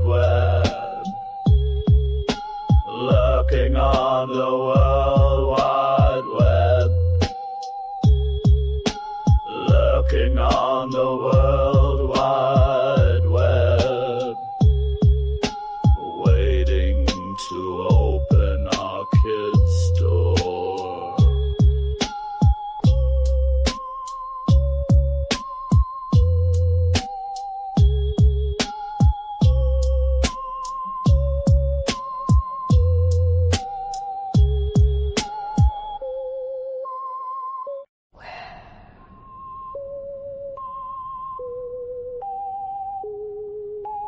Where did all the nonsense go? Where did all the nonsense go?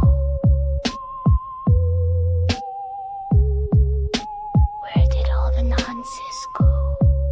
In 1984. Lurking on the World Wide Web. Lurking on the World Wide Web. Lurking on the World Wide Web. Waiting to open our kids' door.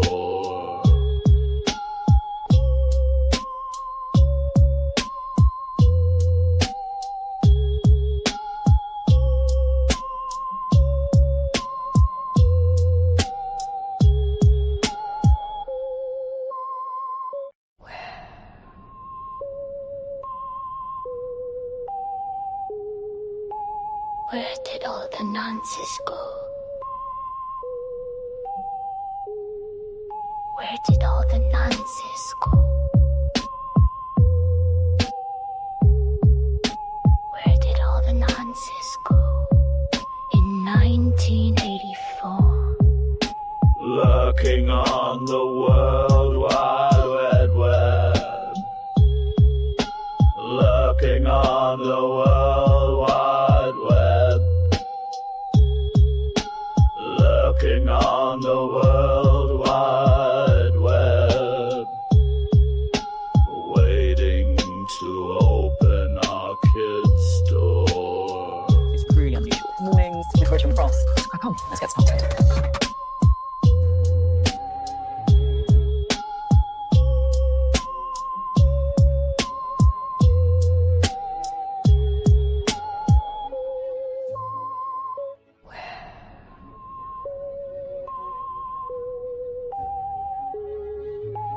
Where did all the nonsense go?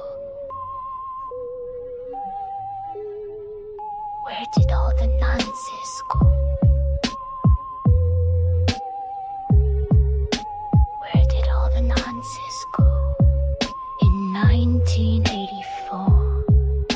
Lurking on the World Wide Web. Lurking on the World Wide Web. Lurking on the World Wide Web. Waiting to open our kids' door.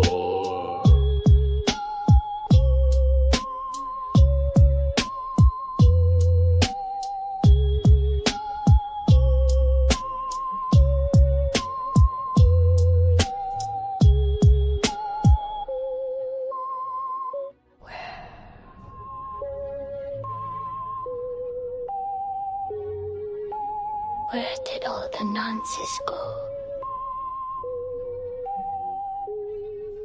Where did all the nonsense go? Where did all the nonsense go?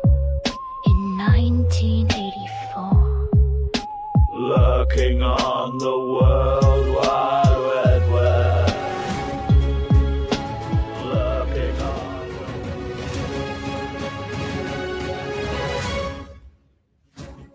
Good morning, it's 9 o'clock. Welcome to Mornings with Rich and Frost. With Psychoanalysing Wolf, good morning from the both of us. Lots to get to in Davos. President Trump is bound for Davos, but he'll arrive to a wall of European defiance as leaders there join Canada in anger over his tariffs. We stand ready to defend ourselves, our member states, our citizens, our companies against any form of coercion. But as the fight back begins against Donald Trump, Keir Starmer maintains a gentler approach, and he's still, of course, notably absent from the Economic Summit. Also today, a finger prick blood test could be an early warning sign for children with type 1 diabetes. Plus, the debate continues about whether to ban social media for under 16s. We've been asking teenagers in Australia whether their ban is working 6 weeks on. And we're building up to what could be a blockbuster briefing from Ryanair's boss, Michael O'Leary, who's had an online spat with Elon Musk over the last couple of weeks. He's holding a press conference about it shortly.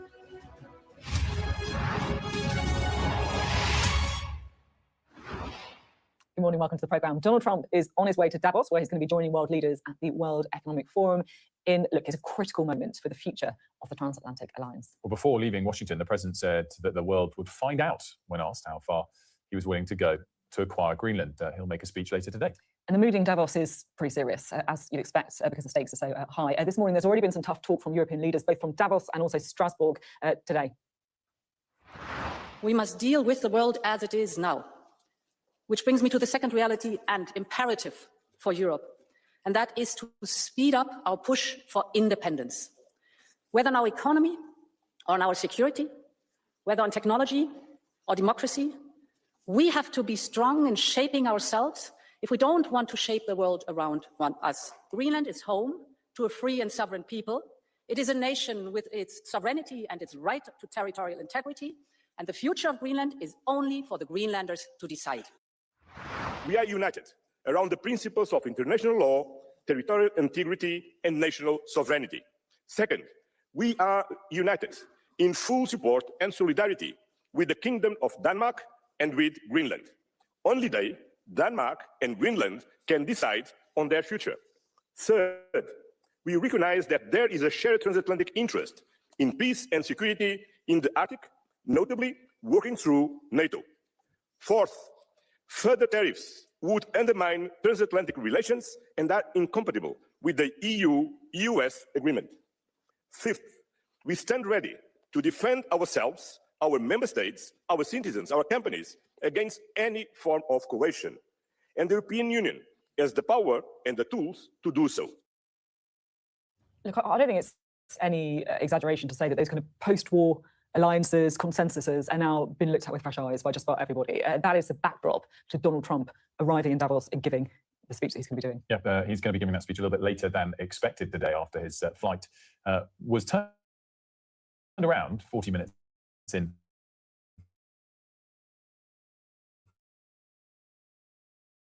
Be there a bit later than expected. I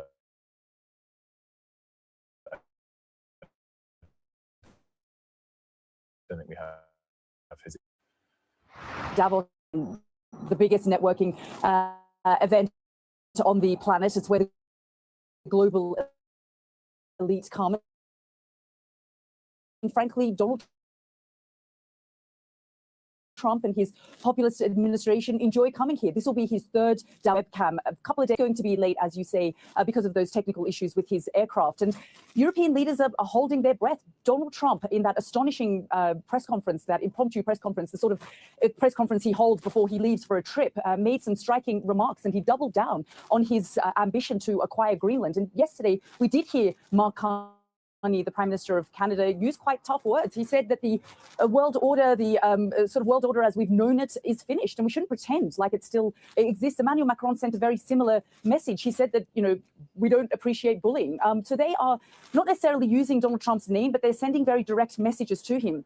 But the question is, will Europe stand firm? Will they remain defiant? Or will they find themselves in a position where they frankly have to strike some kind of deal with Donald Trump? You know, this conference this year was supposed to focus on a deal over Ukraine, offering security guarantees, offering an aid package to Ukraine. That is now on hold. The United States didn't send a representative on Monday to meetings here with the rest of Europe to discuss plans for Ukraine. Volodymyr Zelensky was a keynote speaker here last year, and now there are questions being asked about the future of NATO and how dangerous this moment is, not just for Europe, not just for the Western alliance, but for the future of NATO. And certainly that is music to the ears of the Chinese, the Russians, who are not really having to do much, but are being gifted this tension, this wedge that has been created between the United States and Europe, not because Europe has wanted it, but frankly because Donald Trump is saying to the global elites who have gathered here, you know, America first doesn't necessarily mean America alone, but it certainly means that perhaps the Western world is now alone. Well, Yada mentioned there the way in which Ukraine and its potential 880 billion of funding had been top of the agenda before the week started and has dropped off the agenda. We're going to talk about that with Deborah Haynes in Kiev in just a moment. But we also, before we get to that, just wanted to show the latest on the Chagos Islands, which of course Donald Trump changed his tune on 36 hours ago. Well, this morning, we've heard more about this from the US perspective. The US Treasury Secretary was speaking an hour or two ago. President Trump has made it clear that we will not outsource our national security or our hemispheric security to any other countries. Our partner, the UK, is letting us down with the base on Diego Garcia, which we had shared together for many, many years, and they want to turn it over to Mauritius. So President Trump is serious here. That was US Treasury Secretary Scott Bessent a few hours ago. Deborah Haynes joins us now from Kiev. Deborah, I want to talk about Ukraine in a moment, but first, really keen to get your take on this Chagos Island stuff. I mean, everyone can see how impossible it must be for the UK and others to deal with the US administration when they can turn their position so overtly on something like this in the space of 6 months. What secretly are the military UK voices saying about this? Do they want this deal to go through? Is it still ultimately expected to go through as agreed many weeks and months ago? Well, as you're hearing publicly from politicians, there's obviously a division over what the right thing to do is. Labour and the government clearly weighed up the arguments and decided that the most secure way to guarantee that this critical base in Diego Garcia is a UK-US military base will be able to remain is by signing this deal with Mauritius, which basically involves leasing that territory for the next century. And there's been a dangling threat of legal action over the future of the Chagos Islands for a long time, and that has been why not just this government, but the previous government under the Conservatives have been looking at it. And for the military, they obviously want to have the security that they can continue to use the base, but nobody is happy at the idea of jeopardy when it comes to the future ability of the UK military and its US allies to be able to keep operating off Diego Garcia, and that's where the bind is. And actually, you're hearing it incredibly bluntly then from the US side, saying that the UK has let them down. That is going to be incredibly alarming language for the UK because, let's face it, since the end of the Second World War, the UK has formulated its entire military and security posture on the belief, on the understanding that the US would always be on its side. If that is not the case, if there is a future where, obviously we're looking a lot at NATO, and it clearly applies for NATO too, but the UK has this uniquely close bond with the US. It relies on the US to enable most of its military capabilities to operate properly, to operate fully, and to be able to fight. And so a future in which the US and the UK have a rupture is one that is incredibly daunting. And clearly inside the MOD and the Foreign Office, they will be trying to keep calm and hope that they can bring this back from the brink. But it really does expose the incredible vulnerability that the UK has when it comes to ensuring the US is a tight, close friend. Yeah, Deborah, I mean, you just laid it out, haven't you? Just what a huge, potentially consequential moment this is, not just for the individual issues, but for the whole of the UK's defence position as well. And I guess it has implications for Ukraine as well. You're obviously in Kyiv. Can Europe rely on the United States to effectively, be the policeman of the world? Well, yeah, I mean, here in Ukraine, they are feeling incredibly isolated. There was a real ambition at the Davos summit for President Zelensky to travel there, meet with Donald Trump. There was a lot of work's been going on to finalise this prosperity package. It's a 10-year package, $800 billion that is all designed to lock in US investment to a future secure Ukraine. And there is, of course, as well, the US-Ukraine bilateral agreement, including security guarantees. These are all things that European allies and the Ukrainians have been wanting to secure at the same time as, obviously, Donald Trump is looking to oversee some kind of peace deal. But of course, you've also got this board of peace cropping up and the Ukrainians being invited to be part of that alongside Vladimir Putin. And that's going down as well as you can imagine, as in really badly. That's great stuff. Thanks so much, Deborah Haynes, there for us in Kiev this morning. Again, so linked to all that's going on further afield in foreign affairs. Now, the Office for National Statistics has published its inflation data for December. The figure was 3.4% for December, slightly higher than expected. The forecast was for 3.3%. It was up from 3.2% in November. Tobacco taxes and higher travel costs over the Christmas period were two of the reasons behind it. Of course, as you can see from that chart, it shows a slight tick back up in the direction of travel right at the end of that chart and further away from that 2% inflation target, but it's still lower than the August-September peak last year, or short-term peak of 3.8%. And it is expected to fall again closer to the 2% target by the spring. No rate cuts expected for next month, given though that's slightly higher than expected, reading at 3.4%. And really, I guess that just underlines why the government is so concerned about the cost of living. They're unveiling their Warm Homes plan today, which is effectively money grants to help people get things like solar panels and heat pumps in their house, but it's all being framed through helping with bills, helping with the cost of living. The aim is to provide £15 billion to overhaul households across the UK in the next 5 years. Well, our political correspondent Alex Rogers is here with all the details of this. Alex, what's been announced? So the government's just announcing more support, basically making it a bit more viable for people to buy these heat pumps and solar panels. So grants that you were saying up to, I think, £5 billion for some households for solar panels and low-income households. So really just putting the emphasis back on the cost of living and what the government's doing domestically. It's been trying to get that message out since the beginning of the year, but has been unable to because of global events. It feels like there's been a shift in tone. Do you think that's fair? Like between the days when they're talking all about the kind of net zero and the need to go green, and now it's all about this is going to help you with your bills. I think the language around this has really changed. I didn't see many references to net zero there, but it is all about the cost of living and lowering bills. And I think that's because net zero has become quite politicised over the past few years. It's become less popular. Reform and the Tories have really hammered it as a kind of policy that's going to hit ordinary working people. So it makes sense that if the government's trying to talk about how they can improve people's lives, they might not want to mention net zero. Yeah, that makes sense, definitely. Nice, great stuff. Thanks so much. Now, all children in the UK could be screened for type 1 diabetes using a finger prick test following a landmark study. So the idea is to stop like a sudden diagnosis, a crash landing, if you like, and then identify the disease before children actually get symptoms. Well, Sadia joins us with more details of this. So what exactly is the condition we're talking about, and what's the development with this prick test? So this is for type 1 diabetes, and currently researchers say far too many children, which is a quarter of children who are diagnosed with type 1 diabetes, are diagnosed at a stage when they're already in a medical emergency. And so the idea behind this is to try and see whether a finger prick blood test on children could become an effective tool for all children and to be rolled out across. The study says it is an effective tool, which means we may see a situation one day when we see this as a national sort of rollout. Early diagnosis is key because between knowing that you've got type 1 diabetes and becoming reliant on insulin, that stage is really key. And for children especially, to know how to do their test, when to do it. And certain drugs can be added in as treatments then to delay that reliance on insulin. But it also gives a chance for health workers and parents and families to better support children during that stage. So this study was conducted and led by the University of Birmingham. It's being described as a landmark study. It looked at children between the ages of 3 and 13 who don't have type 1 diabetes. They provided a finger prick blood sample, which was then checked for the antibodies that are associated with people with pre-symptomatic diabetes. And the children who were identified as having a risk to type 1 diabetes were then invited for further blood tests and sugar tolerance tests. More than 17,000 tests were analysed, and more than 200 children were found to be at risk or to have those markers in their blood to suggest that they are at risk. Next up is phase 2, which is going to last for 4 years, and that will see NHS pre-diabetes clinics set up for children in the areas where those studies were being conducted. In the future, the hope is to delay that treatment that relies on insulin and to have other treatments in place first. And then the UK could potentially join Italy, which was the first country to introduce a national rollout for this scheme. So great stuff. Thank you so much. We've been talking about a potential ban on social media for under 16s. It's something the government here is consulting on, so they're definitely considering it. And it's been 6 weeks now in Australia, so we thought it was a good time to kind of take a check, really, and find out how it's going there. As always, when we cover the story, the inbox lights up, and it lights up with people who are, frankly, in favour of a ban. We just wanted to give you a bit of the reaction that's been coming in. We've had a couple of emails from people from Australia as well. So this is Tom from Australia who said, one of the recurring questions seems to be whether the ban is effective in completely stopping kids from accessing platforms. Tom goes on to say, from what we've seen here, the honest answer is not perfectly, but he says that misses the bigger point. It's similar to when underage smoking laws were introduced because teenagers could still find ways around it, but the real impact was setting a clear societal standard about what was acceptable. It shifted expectations and social norms over time. So look, people are going to get around it, but that doesn't mean it's not going to have an impact as well.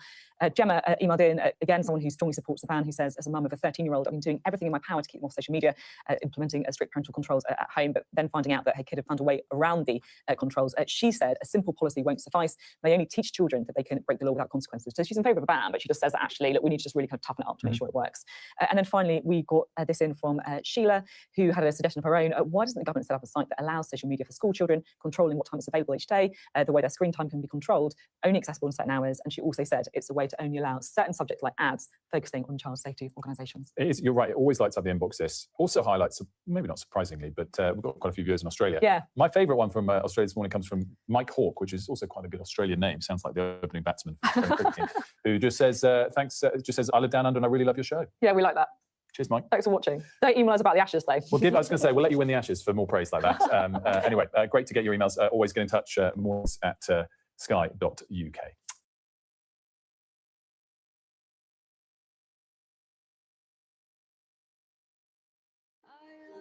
So, it's I am yours and you are mine.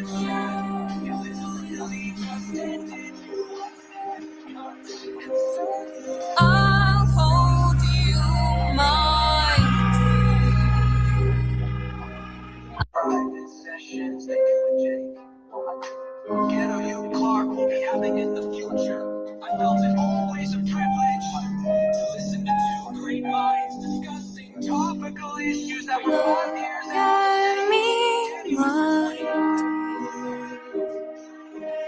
Look at me, my dear.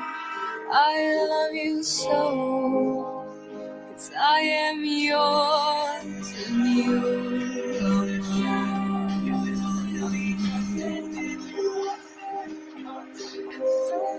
I'll hold you, my dear.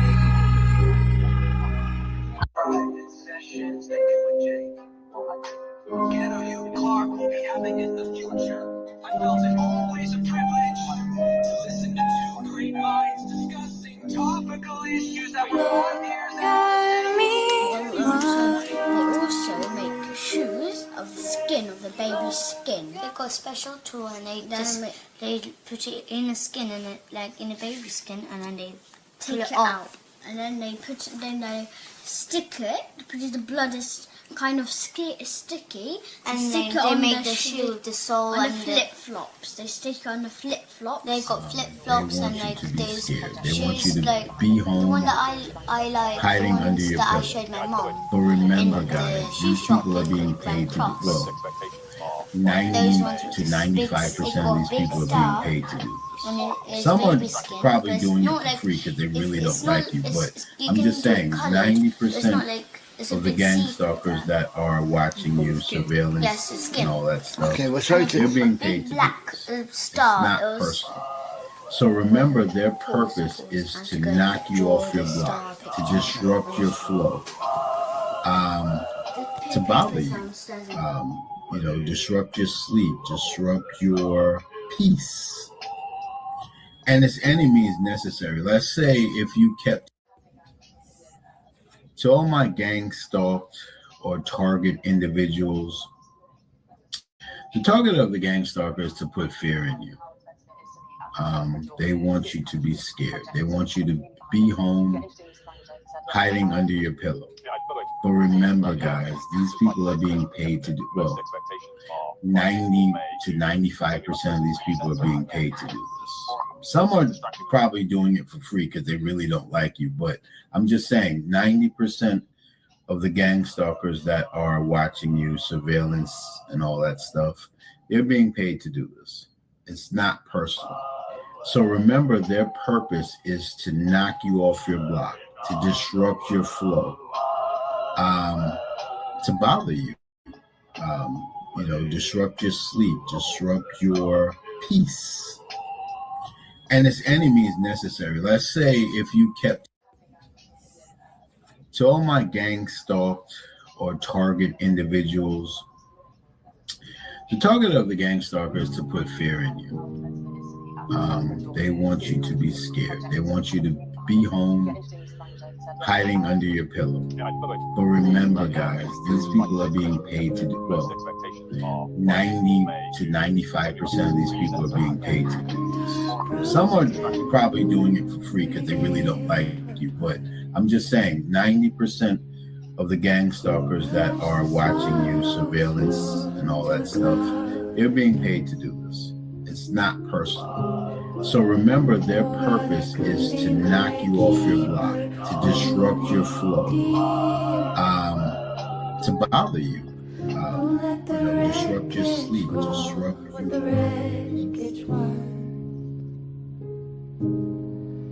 Now let's just ride on highs while the moment's right.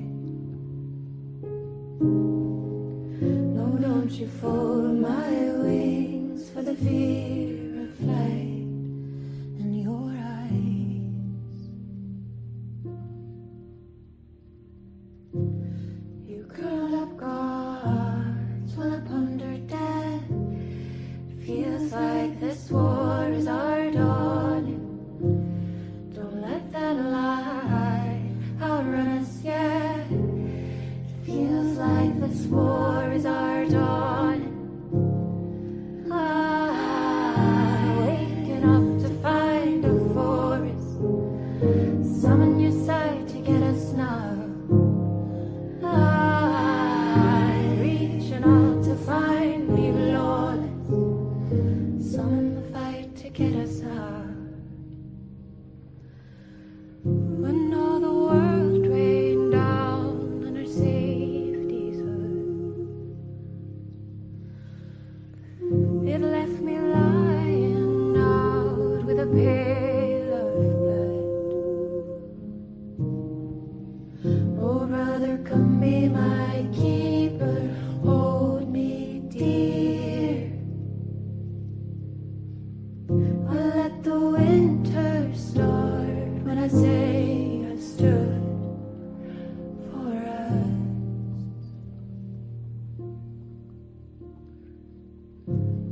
You curl up guards while I ponder death.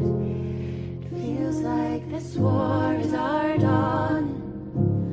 Don't let that lie outrun us yet. It feels like this war is our dawning. Waking up to find a forest. Summon your sight to get us now. Reaching out to find me lawless. Summon the fight to get us out. Forcing out forces. Find the reach and want it. Out in front I see light. Forcing out forces. Find the reach and hold it. All it takes to be alive. You curled up guards while I ponder death. Feels like this war is our dawning. Don't let that lie outrun us yet. It feels like this war is our dawning. Hi, hope you're doing really well. There's only one person shown at the moment. Hopefully the numbers will go up. It's the 20th of January, 2026. Please tap the likes as much as you can. Share this out. This is incredibly important information I'm going to be showing you this evening. And whilst I'm waiting just for the numbers to go up, I'm just going to go into a little bit of a summary. I'm very sorry I'm a little bit late. I was trying to prepare and wanted to make sure I had lots of things ready to show you this evening, so I do apologise. Just, you know what it's like, where you're just rushing to get things done, etc. And I was having quite a long chat with somebody earlier as well, which was good to speak to them. So thank you very much. Hopefully they're watching the live. So for those who don't know me, I'm Gary Waterman. I am a former UK police constable, was in the police for 18 years. And I joined Kent Police initially in 2000. And I don't think anything that I'm going to be telling you is a coincidence this evening. And I think you're going to probably agree with that, with some of the stuff I'm going to show you. I then transferred to Dorset in 2006 without knowing anybody down there whatsoever, to Dorset Police. And I worked in Bournemouth. And then in around 2010, I then worked at Christchurch, which is about 7 or so miles away from Bournemouth. And in 2018, I voluntarily resigned from the police, not realising that it was to do with all of this, what I was going to uncover. Anyway, when I'd moved down in 2006, in 2007, the year afterwards, I was introduced, and I now believe this was all staged, potentially. If not, then it's a divine intervention, but the evidence certainly suggests that a lot of it was staged, to Exbourne Manor, which is a block of flats in Bournemouth, where I ended up buying a flat in 2007. And the same year, I was introduced to my wife, Lisa Morton. And we then were very fortunate to be able to travel quite a lot. I took a career break. So in 2014, I took a year off work and we went traveling in a camper van, and I kept extending it for a year. So we ended up having 3.5 years off of the police. I had 3.5 years away from the police. They then refused to acknowledge another year, which is fair enough. You can take up to 5 years in the police. So I went back, not really wanting to, and trying to see if I could not go back. But I decided to go back anyway and see what it was like. And I went back for about 6 months, and I ended up resigning in 2018. Anyway, in 2022. We ended up living back in Exbourne Manor, the block of flats where I purchased the flat in 2007. And it was a bit before that we moved in. It was about 2021, I believe, that we moved back in. And then 2022, because of a roofing project that we'd had done on the building, which was very expensive, and me being a director for the company that oversees it, I started to ask questions about the finances and wanted to see our bank accounts.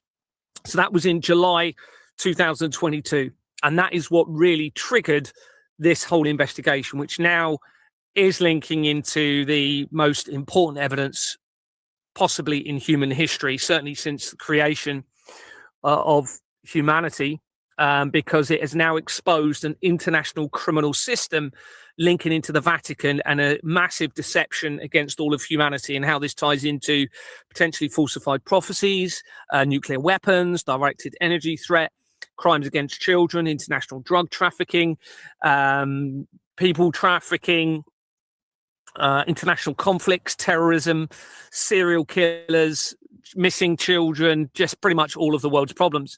Even potentially the technology, which could be a deception, which we're going to sort of potentially touch on this evening, that could create natural disasters deliberately around the world. And this was a gradual obtaining of this evidence. It started with me wanting to view the bank documents. This led to multiple resignations within Exbourne Manor, which we're going to touch on in a minute. And I'm going to show you some faces of people and a clip, if it works, of a meeting that I called to remove 2 of the directors. All right, so I'm going to actually show you that part, some clips of that meeting this evening, because it becomes very relevant in everything I'm going to show you. And eventually this escalated. I obviously reported it to the relevant organisations, initially Action Fraud in December 2022. And around that time, it was actually 2 months before that, an interfaith meeting appears to have taken place with a guy called Pietro Parolin that links back in with the Vatican. And then this links in with Jeff Bezos and back to Christchurch, where I worked.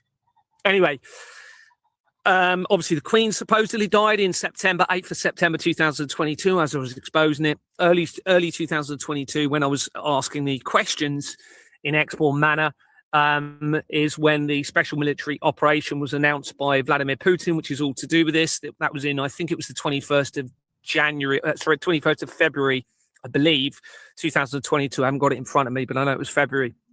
Now, this starts to lead you into the connections to the Vatican and the falsified prophecies that they were trying to bring about, and potentially how this all links in with something they might know about me. As things went on, so going back to the latter part of 2022, obviously the Queen died, as I said. Elon Musk wore Baphomet, which is a symbol of the Church of Satan, to a Halloween party. He also then started to acquire Twitter and transfer it to X. They set up an article where they were moving red heifers from Texas to Israel, which ties in with the falsified prophecies in the Third Temple. So this was all in 2022. There's a lot more stuff as well, such as a drone company being bought by Elon Musk's brother. We also had what appears to be an important experiment by CERN in the same month of July 2022, which was when Anthony Roberts, the acting chairman who had approached, resigned.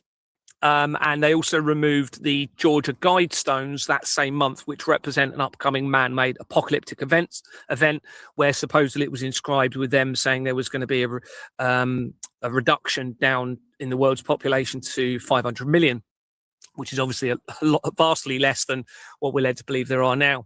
So anyway, things escalated. 2023. So I was reporting all of this to Action Fraud, first of all, in December 2022. And loads of movement start taking place that month, okay, including within the Pizzagate scandal, Companies House research, which pertained to the alleged potential deception, but potential skinning of children alive and the torturing of children and the blood of tortured children and sacrifices, etc. So then 2023, I then was continuing to report this. I reported it into Dorset Police. They initially confirmed that they'd identified fraud, but then refused to investigate it properly. I then had 2 emails inadvertently confirming that they were allowing forged bank documents to be produced by the banks. So I then knew that the police were involved in this. That was from my own former police force. So I escalated it to the Serious Fraud Office and the Independent Office for Police Conduct. They refused to intervene and insisted that Dorset Police deal with it, even though I had this information and started to find. So I had the emails confirming inadvertently they were allowing the banks to produce the forged bank documents. And it was not long afterwards I found connections into the police from Exbourne Manor into the MPs, councillors, etc. for the area. So anyway, escalated it through the Serious Fraud Office, Independent Office, Police Conduct. As I said, they refused to intervene. Escalated it to the Home Office, who oversee all of the constabularies within the UK, so the police forces in the United Kingdom. They refused to intervene and insisted that the Association of Police and Crime Commissioners deal with it. Now, the Association of Police and Crime Commissioners, I'd already started to establish were linked through the Companies House records to Exbourne Manor. Okay, so I knew they were compromised by the international government fraud that I was starting to uncover. Eventually, because of this reaction by the Home Office, I knew it was going to be something bigger. So I delved into the Companies House records, trying to find what it was, and found the key, which is where our governments have been involved in the largest international government criminal conspiracy of fraud against humanity for a very long time by forging the Companies House registration systems to create criminal fraudulent entity companies. And this then linked back into the Vatican because they started to make the Companies House register electronic in 1992, which is the same year that the Catholic Church became a legal entity, moving in towards the World Trade Center disaster deception of 2001, 9 years later. And then the year before 1992, I established that this is when the David Icke came out and said the world would be devastated by earthquakes and tsunamis, and he's linked into the intelligence agencies. So, because the Companies House, well, it's not ironic. It's all meant to be, because this is how, through the electronic register, that I identified the forgery into the international government system, which they started to create as the Catholic Church became a legal entity, so linking in with the Vatican. And this is why everyone around me is linked into connections into the Vatican and the royal family. All 3 of my families link in with David Icke, Elon Musk, Jeffrey Epstein, Donald Trump, Jimmy Savile, the main Freemasons Lodge, Julian Assange and a doomsday cult, which then links back into the doomsday clock, which was actually originally created in 1947.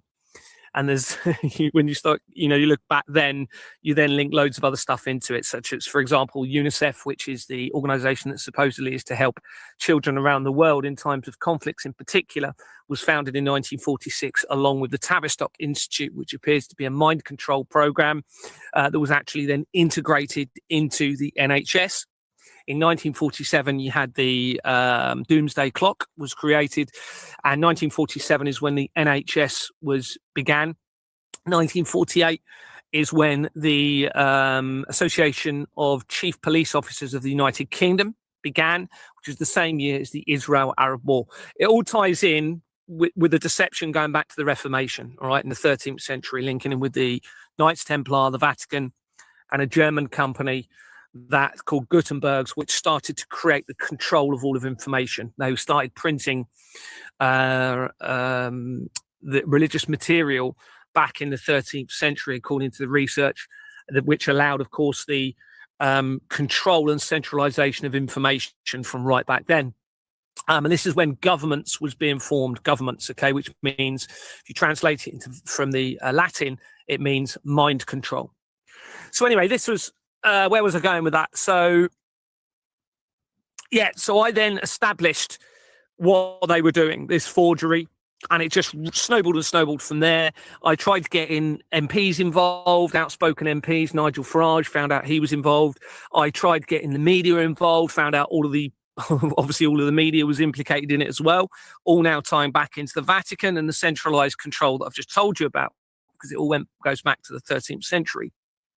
And then it links in with the Maxwells coming into, before the World War I, the control of all of information via a German company again, which then links into the Maxwells, and all then linking in with Israel and the Balfour Declaration of 1917, which is when they started fomenting the Israel deception that you're all seeing now going on.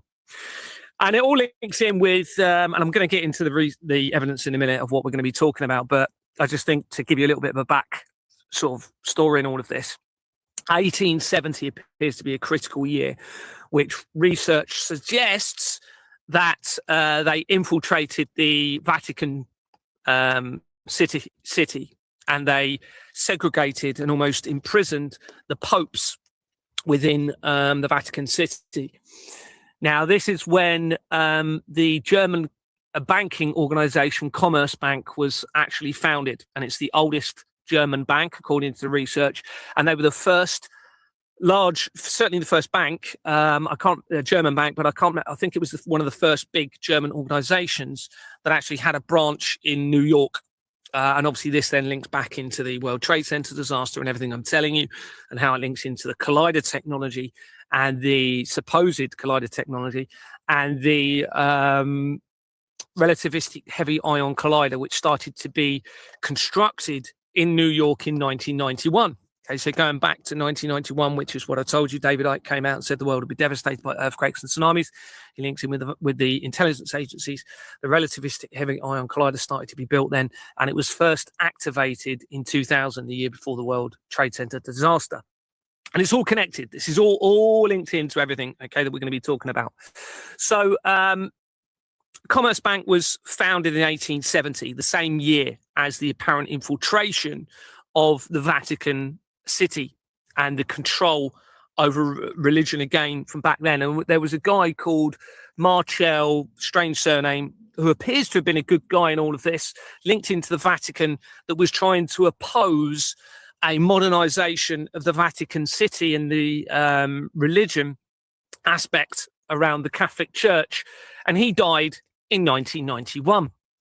And this infiltration of the Vatican City links in with the Freemasons, and the Freemasons are massively implicated in this, and I still stand by they all need to be arrested, because they are part of the biggest deception of all of humanity, and linking into the international fraud, which is all completely against the creator, because it's against moral conscience. Whatever it is their motive is, whether it's a spiritual conclusive agenda, they still have a criminal system in place which has enabled them to launder money from the masses in relation to the criminal network around the world.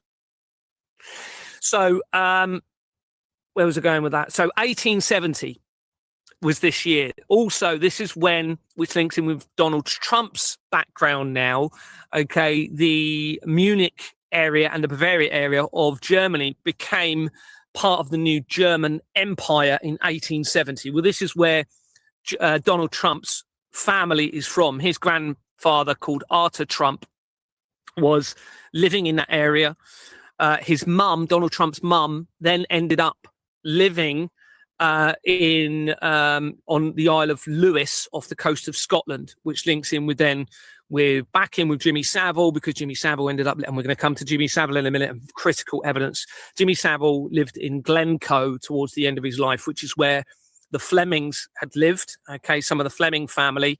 And as I said, his mum lived on Lewis, which is an island off the coast of Scotland. So it all links in with Scotland now, okay, and the islands. And she then emigrated to America when she was around 18 years old, which is when she then met her Donald Trump's father. Now, her name was MacLeod, which links in with the clans of Scotland, historical clans, as well as other clans such as the McCullum, I think it's McCullum and McClellan as well, and various other clans that seem to be linking in with this. And I'm now finding connections to those clans back in with the rapid response teams, which then connects back in with my families and the research surrounding this, and my family's link in with the Knights Templar. So where was it going with this? So we have this connection to 1870, a very important year. Well, of course, 1871 is when the Albert Pike letter appears to have been written to Mazzini to set up the Three World War deception. And it's no coincidence that 1871 was 100 years before the World Economic Forum was formed. It appears they've planned things, and a lot of it's like 100 years apart. So, for example, the Titanic disaster, 1912, and then 2012, CERN supposedly discovering the Higgs boson or God particle the same year that you had the Olympics in London, and they held the water sports element of that in Weymouth, which is in Dorset, which links in massively back into Titanic. Deborah Fleming was the NHS chief executive for Hampshire, Isle of Wight and Dorset. Hampshire is where the Titanic sailed from, sailing to New York in 1912. There's loads of evidence surrounding Titanic in my document, and that links back into the Flemings and therefore back into JP Morgan, and therefore back into the Flemings. So 1871, this letter appears to have been written to Mazzini, the head of the Illuminati, which links back in with the Vatican. And this was written, according to the research, by Albert Pike, who was a high-level occultist Freemason, who started up the Scottish Rites Freemasons. Well, the oldest active Freemason lodge is in Edinburgh in Scotland. And I have information that was given to me that suggests that Edinburgh is actually the real Jerusalem in all of this. And it really would not surprise me with the deception that we're seeing, particularly around the fermentation of Israel and the linking in with the Rothschilds and the Balfour Declaration in all of this. So 1871, this letter appears to have set out a Three World War deception, which obviously would link into the fake, which is undoubtedly now what you've been led to believe about the Nazi regime is all a lie, and it goes back into the 7th to the 13th century with the German company and Commerce Bank being formed and the Balfour Declaration, into this Three World War deception and the letter written by Mazzini to Albert Pike to Mazzini in 1871. And it says about the three world wars there, and as you know, the space between World War I and World War II is quite small, and then nothing happened after World War II. And it says in the Albert Pike letter that they will be waiting for the right time to then implement the Third World War element in this. And I believe we're within that Third World War. I don't believe it's going to be a nuclear war at all, or what we're being led to believe the Third World War might be. I believe it is around what I'm now involved in and what's happening here. And it said they'd wait for the right time. And then, of course, as I started asking questions and exposing everything, this is when things were started to be triggered to lead into the falsified prophecies. Okay, the special military operation announced by Vladimir Putin in February 2022. Then you had 7th October 2023. You had the staged collaborative deception against humanity around the attacks in Israel. It's all staged. It's all a deception against all of you. leading into what we're now seeing with Gaza and how this all connects in. So what it said in the Third World War part, which it appears as though I've triggered that, and I suspect it's because there's something about me they know. It says in there that what it will lead to is a bloody turmoil, according to the words within it, basically complete confusion. Nobody will know where to render their adoration. They talk about destroying Christianity. They talk about destroying atheism as well.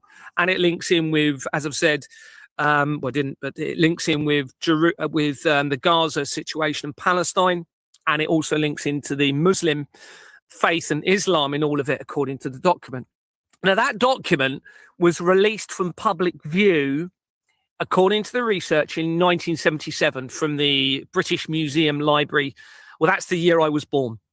Okay, so 1977, they removed it from public view, and apparently the British Museum denied all knowledge of it from that point onwards. Now, the British Museum links in my research at key times, okay, on a Company's House records, linking in with Jeffrey Epstein, the blood of the children.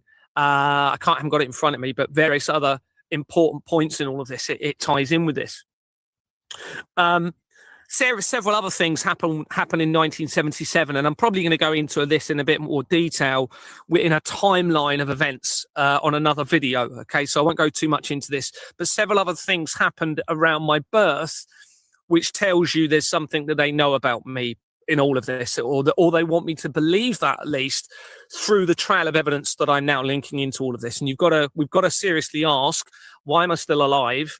Why is all three of my families linking in with the Knights Templar, with the Vatican, with the royal family, with all of these key individuals in all of this, including Elon Musk, Jeffrey Epstein, etc., Donald Trump, and everything else? Well, we'll come to that in a little bit more detail later. So anyway, let's look at what I was going to show you this evening, and this just blew my mind. So this is how many people we've got on here at the moment? 67. Not enough people, everybody. We really need to get more people on here, but we'll keep going anyway. So in January 2026, that Jimmy Savile had lived in Bournemouth, Dorset. Now, I hadn't even researched where else he'd lived. Otherwise, I might have picked up on this. I knew he had lived, as I've said, at the end of his life in Glencoe. So it was only very recently I found out about this. Research appears to confirm that he had owned a flat on East Cliff in Bournemouth from 1972, which is the year after the World Economic Forum had begun, up until his death in 2011. It also suggests that the timing of this is very important, okay, because 1972 is the year before the World Trade Center was being finished to be built, okay, 1973. And 1973 is when the SWIFT international transaction system used in the international government fraud also started to be used. And when the movie Soylent Green came out, which was about an innocent police officer in 2022 uncovering a dystopian future involving large corporations. Well, 2022 is the year that I started uncovering all of this. And that movie, as I keep saying, and I'll say it just in case you haven't seen my previous videos, was loosely based on a book that was written in 1966, which is the same year as the foundation of the Church of Satan. And that book was based on the year 1999, which is the year of the re-establishment of the Church of Satan after the death of its original founder in 1997, which was within 2 months of Princess Diana dying, which is all connected 100% to everything I'm telling you in all of this. Now, so that movie came out 1973. This is also when my sister was born, and when they changed the mass non-consensual experimental program of the MK Ultra program, they changed the name from MK Ultra to MK Search. All right, and then when I was born in 1977 is when they declassified 20,000 documents, according to the research, to do with MK Ultra. So anyway, okay, just quickly, whilst we're on the year of 1973, not only was that the year, so the year that the World Trade Center building was being finished, being constructed, but the building was started to be constructed in 1966 again, which is the year of the foundation of the Church of Satan. So back into Jimmy Savile, the research shows that he also owned a Norwegian cafe on Glenfern Road in Bournemouth and surrounding buildings, including Ambassador, which is now an Ambassador snooker club, or it was recently. I don't know if it still is, but it used to be an Ambassador snooker club, with an Ambassador snooker club previously making a link to Exbourne Manor Freehold Limited, John F. Kennedy's family, and my mother's employer, which I'm going to show you later in the document if I remember, and you can verify all of this from my document, via an address of 5 Paul Road in Bournemouth, as shown elsewhere in the document. A BBC article from 2014 appears to show a view from the property where Savile lived and details an allegation against him in Bournemouth. The address of the Bournemouth flat does not appear to be publicised from anywhere I've seen, but footage from the report confirms that it is Elizabeth Court, where both Alan May and Marcia Lynch, directors of Exbourne Manor Freehold Limited, had owned properties, and Owens and Porter has also managed the property. So I'm going to show you the article now, and then we're going to go into the research around this, if it loads up. Now I'm just going to pause it on the view, if it loads, and we'll watch this video. I don't think it's a long video. Jimmy Savile adored the view. Okay, so this view becomes very important. Although his address isn't publicised, I believe this is the flat that I was taken to after I was, because I was making loads of inquiries around Exbourne Manor. We're going to look at the meeting that took place in a moment. And Marcia Lynch, who was the director of Exbourne Manor, I went to her property, okay, prior to the meeting, and I think it was prior to the meeting, and it had this view. I know it was on this side of the building. Now, I suspect, and I believe now, they actually took me to this flat that Jimmy Savile used to own. Now, why would they have done that is a huge question. Why expose themselves to Jimmy Savile in all of this? So we'll come to that a bit later. Let's carry on watching the video. Oh, not going to play. The view from his holiday flat in East Cliff, a flat he bought in the 1970s and owned until his death. Bournemouth, I find a very gentle place, full of very nice, gentle people and very, very attractive ladies. Thank goodness. Chilling words by a man police have since labelled as a prolific sex offender, a man often spotted running along the seafront promenade here. Now, the Department for Education has asked the Borough Council to investigate a single historic allegation of abuse carried out at a local children's home.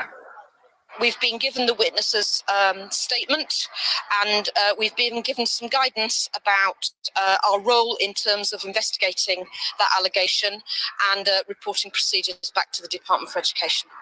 Do you know the name of the home involved? No, we don't at this stage. We have very sketchy information about the timescales, the home, and that obviously will be our urgent priority to establish the facts as soon as we can. Savile sailed on the QE2 at least 50 times, once telling BBC South the ship was his spiritual home. That he travelled so widely accounts for the fact the investigation in Bournemouth is only one of 21 being launched across the country today. As well as his holiday flat, Jimmy Savile also had business interests in Bournemouth. It's thought he owned this entire block at one time, letting out units to businesses and renting out the flats above. Now, it's not known how long this investigation by Bournemouth Borough Council is going to take. That rather depends whether they find any truth in this allegation and whether or not this single allegation leads to any others. Nikki Mitchell, BBC South Today. Now, one thing I had to consider is, did they stage that report? Was it artificial intelligence? Now, I've spoken to people who live in Bournemouth and they've confirmed, no, they remember being told that he lived in the area when they were children. So we can therefore, let's assume this is real information. Now, what I'm going to show you is a video. I'm trying to think what to show you next. Okay, let me show you the. I'll show you the. Let me show you the people at Exbourne Manor first, and then we'll come to the rest of the information on there. So this is a clip. Now, I think the sound is going to be very, very faint, but I can't really do anything about it. I've tried turning up. I hope you can hear this. This is a meeting that I called to remove 2 directors at Exbourne Manor, one of them being Marcia Lynch and the other one being Diana Betts. And I'm going to show you some pictures. So here's Marcia Lynch. Okay, now this is the person whose flat I went to with her husband around the time of my inquiries going on. And I now believe that was Jimmy Savile's flat that they took me to. Now, her husband is here.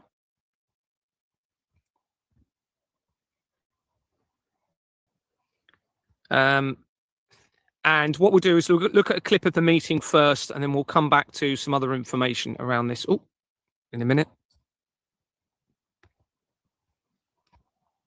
It all started, I'm repeating myself really, it started back in July when I wanted to see bank statements, which I'm more than entitled to do. I approached Tony. Until this point, I thought we got on reasonably well, and I was willing to work with Tony and Diana. I approached Tony and asked him to see bank statements for the company. He became very angry with me, and I was quite insistent about it. Bearing in mind, we all had to pay in £4,000, £3,700, £4,100 for the roof. We were entitled to look at those statements in relation to everything else that I was concerned about. Tony got angry, refused. I then called a meeting in a couple of days, because obviously I was shocked. Spoke to Diana and Tony and Diana's flat. Explain the reasons why we should be looking at bank statements. We absolutely should be reviewing them. Tony resigned as a result of that discussion. Okay, last question about it. Yes, so once again, going back to what Gary... Sorry, just remind me. I'm just going to point out a couple of people in this video. Will it allow me to zoom in? Fleming, D12. Okay, this person talking now is the person claiming to be John Fleming. Okay, and John Fleming, if that's his real name, which we need to assume it is at the moment, is the husband of Deborah Fleming, who later initiated my removal from this company for refusing to file forged bank documents. Now, the Fleming family are massively involved in all of this, whatever's going on here. They link into Alexandra Fleming, who produced the penicillin. They link in with JP Morgan, that was involved in the control of energy supplies surrounding Tesla. They link in with the Titanic. They link in with Ian Fleming, wrote the James Bond books, which then led to the movies. Ian Fleming is also linked into the Navy and the intelligence agencies. Robert Fleming, okay, was involved in international banking, which is a huge part of this, of course. There's hugely implicated in all of this. So this is John Fleming speaking now, and I'll try and identify some other people as we go. I believe that Mr. Waterman said earlier today that the fire safety certificate was 3 years out of date. Who have now learned today that we are collectively responsible for ensuring that that is done. Yeah. So we have a board of directors who are doing that job for us. Correct. That job was not done for 3 years. Has anybody checked to see if Owens and Porter were actually charging this company for doing that work when they were not doing it and putting this whole organisation at risk? And that should have been, so far as my group is concerned, I know nothing about companies. And if I put people on a board to represent my rights, I expect them to do the job, not wait for some company coming in and trusting them that they are going to take the risk for us because they're not. Yeah, I mean, this is a quick comment. Go ahead. Just quickly, notice I'm sat pretty much by myself at the front. Okay, now I arranged for this to be video interviewed because I've started to realise how sensitive and how complex this was becoming.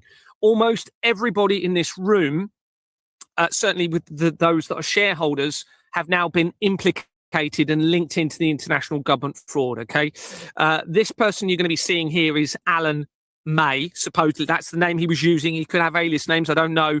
He was another person that owned a flat within the property of Jimmy Savile owned, okay, in that same block of flats.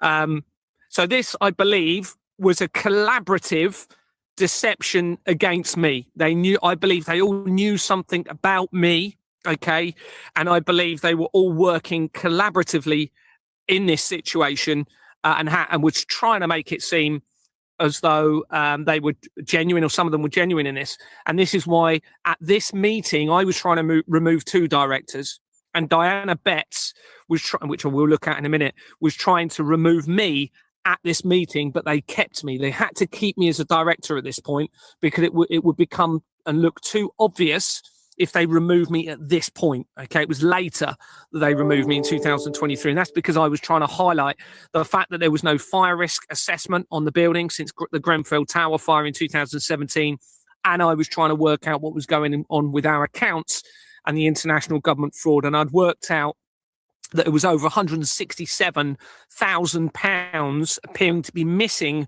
from our company. Anyway, let's carry on. Pick up your points sir, about Owens and Porter. A lot of people who know me, I have historically mentioned to Owens and Porter, I've mentioned to people I know who live in Exmoor Manor, other directors and shareholders, that the AGM, the clue is on the tin, it's an annual general meeting, therefore once a year. And I remember sitting in Owens and Porter's office with other directors, and I kept saying it should be once a year, every year, to discuss these things, to find out A, B, C, and D, tick, tick, tick, tick. I completely agree. This is Diana Betts, who called the meeting to remove me. He has every single time requested there to be an AGM. There was due to be an AGM, and Gary cancelled it. Yeah, okay. Do you want me to answer that? Yeah, you can. That's correct. And that was because things were clearly becoming too complicated in terms of a financial investigation was required. And all that would have happened is if I would have sat there, people would have asked me loads of questions that I couldn't answer because I needed to progress the investigation so it could be handed over to the police, which I'm now at that. I've exhausted all of my other options and it is now being handed over to the financial investigation. You decided that wasn't. So this meeting was held on, I think it was the 4th of March 2022, around that time. So it was quite a while ago. So I didn't know what I knew now, obviously, at this point. To be viable, yeah, we decided to continue because Owens and Porter were the incumbent managing agents from Merrick Estates job. So I would imagine Merrick Estates run a pretty tight ship financially and legally. So why would we query the fact that if they employed Owens and Porter, why wouldn't we employ them? So this is Anthony Roberts, who was the acting chairman that resigned after I wanted to look at the documents. He worked for AFC Bournemouth, which has now been linked directly to the Collider technology via a company called Begbie's Trainers, or Begbie's Trainer. And that also links straight to JP Morgan. Okay, so that means he is linked to JP Morgan and the Collider technology, all right, in all of this immediately via this research. Okay, the person behind on the left there, I can't zoom in at the moment. Can I go over there? Is Diana Bisson, or Diane Bisson. She changed her name. It was Diane Bisson Simmons.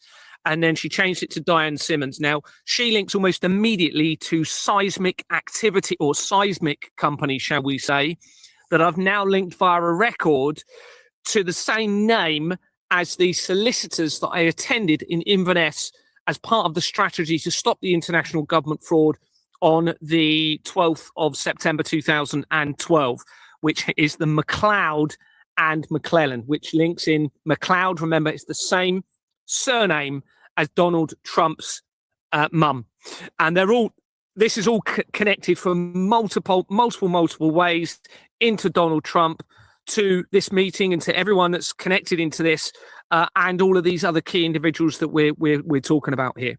So that's Diane Bisson Simmons. You've also got Douglas Bannon, if they're their real names, of course, here. Okay, so these are all people that were clearly trying to be against me in what I was trying to do in this as part of a collaborative deception, tying in with the international government fraud. So we'll carry on anyway. The answer to the question is you felt they were a legitimate company and had no concerns.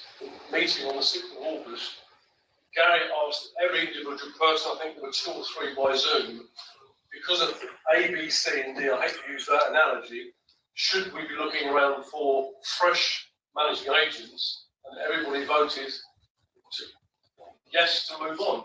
We've moved on. I think having to AGMs for the last 20 years or more, no more than, let's say, half a dozen of us turn up.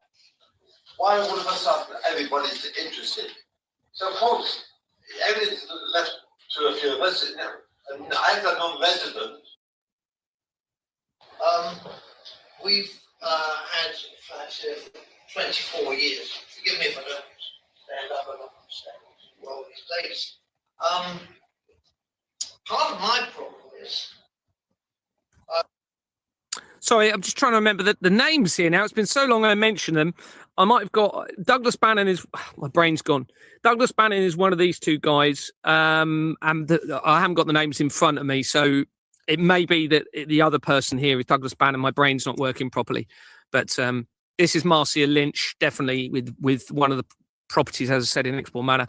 And as you know, there's John Fleming. There's a better shot of him, actually. John Fleming. And Deborah Fleming is also here. Okay, the person that initiated my removal from Exmoor Manor. And I'm going to show you an image of them in a minute. It's not the issues themselves, but the way the issues have been presented to the various parties involved.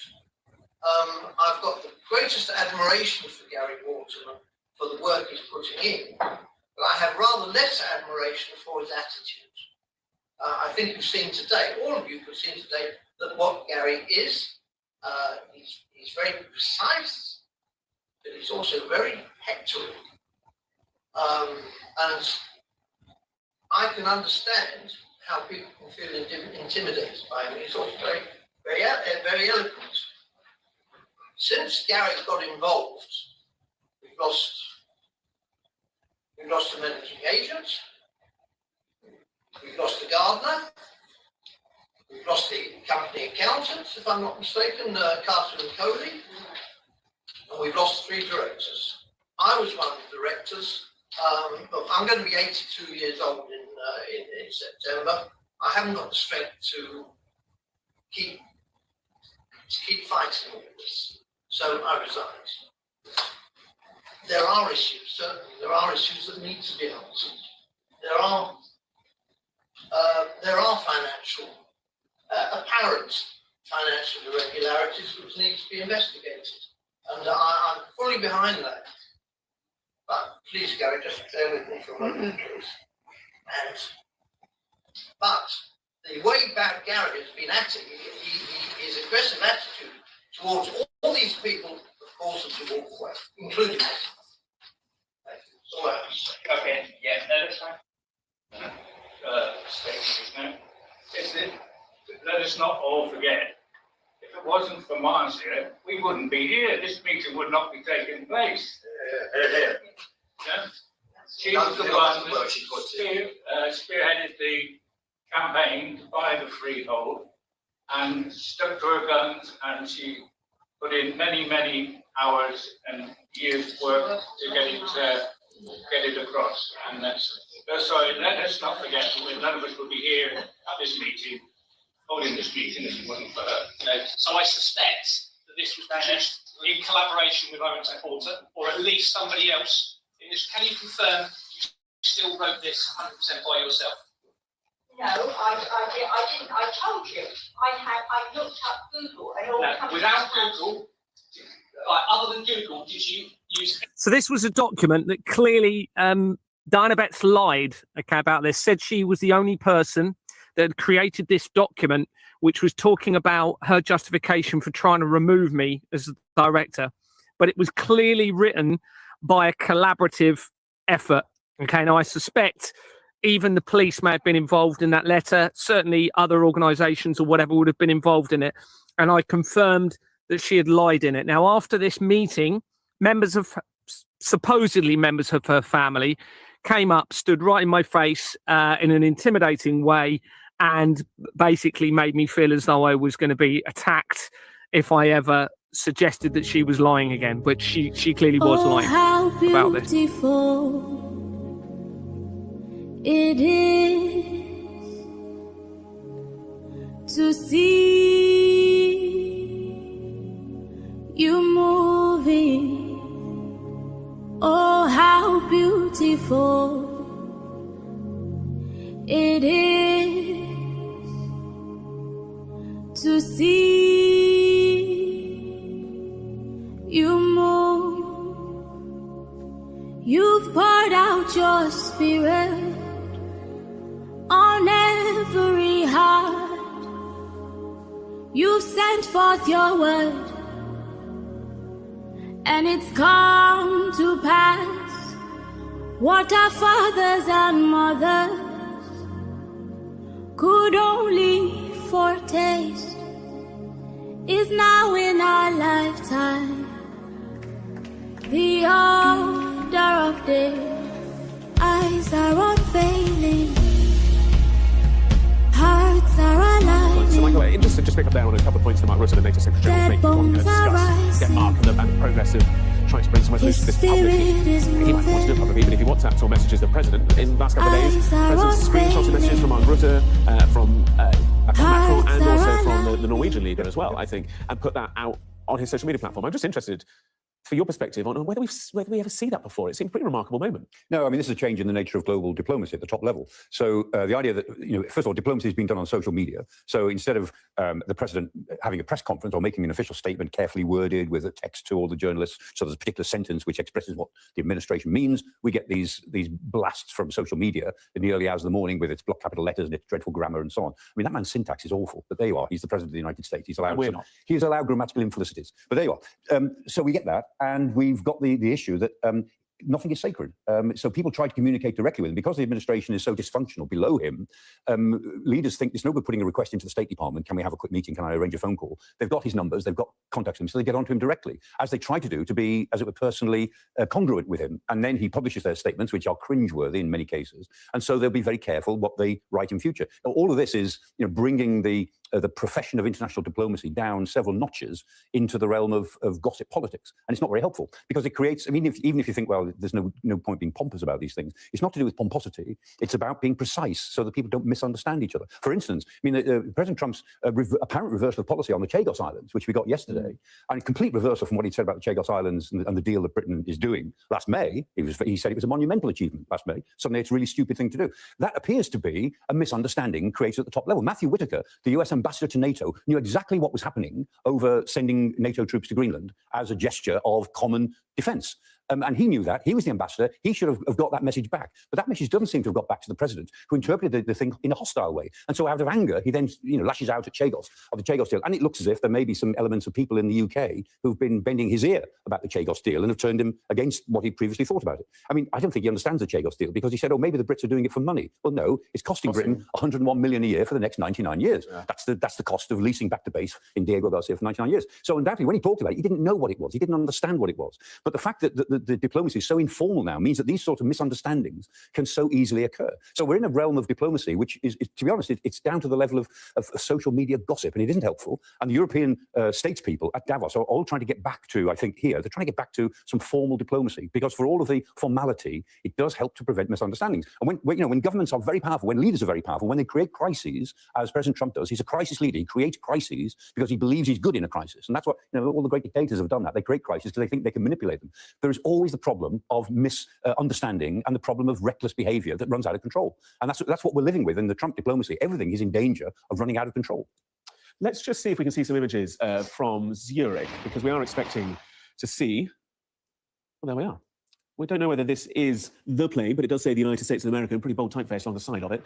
We are expecting to see President Trump making his arrival in Zurich. This is a delay to proceedings from the president's planned schedule. He had left the United States on Air Force One. That, of course, is the call sign attributed to the plane itself. It's not a dedicated plane, but an air sign attributed to the plane carrying the president at the time, and was due to leave on Air Force One. Had to turn back round due to what was being described as a minor electrical error on board. So the plane returned to the United States. The president then alighting the aircraft and getting aboard a second aircraft, which has made its way across the Atlantic. It's landing in Zurich in Switzerland. The planned schedule then will see the president transfer onto Marine One. That is the helicopter, the green helicopter that you so often see on the lawn of the White House, that will transport him to Davos. That will be a journey of around 40 or so minutes on Marine One, or at least that's the time that's been allocated for that journey. And the president then will join what is the largest delegation of American diplomats and governmental officials to ever take to a Davos summit. There is a huge USA House that is being created on scene, and our reporters have been at the scene for us. Let's just keep a close eye on this aircraft. Like I say,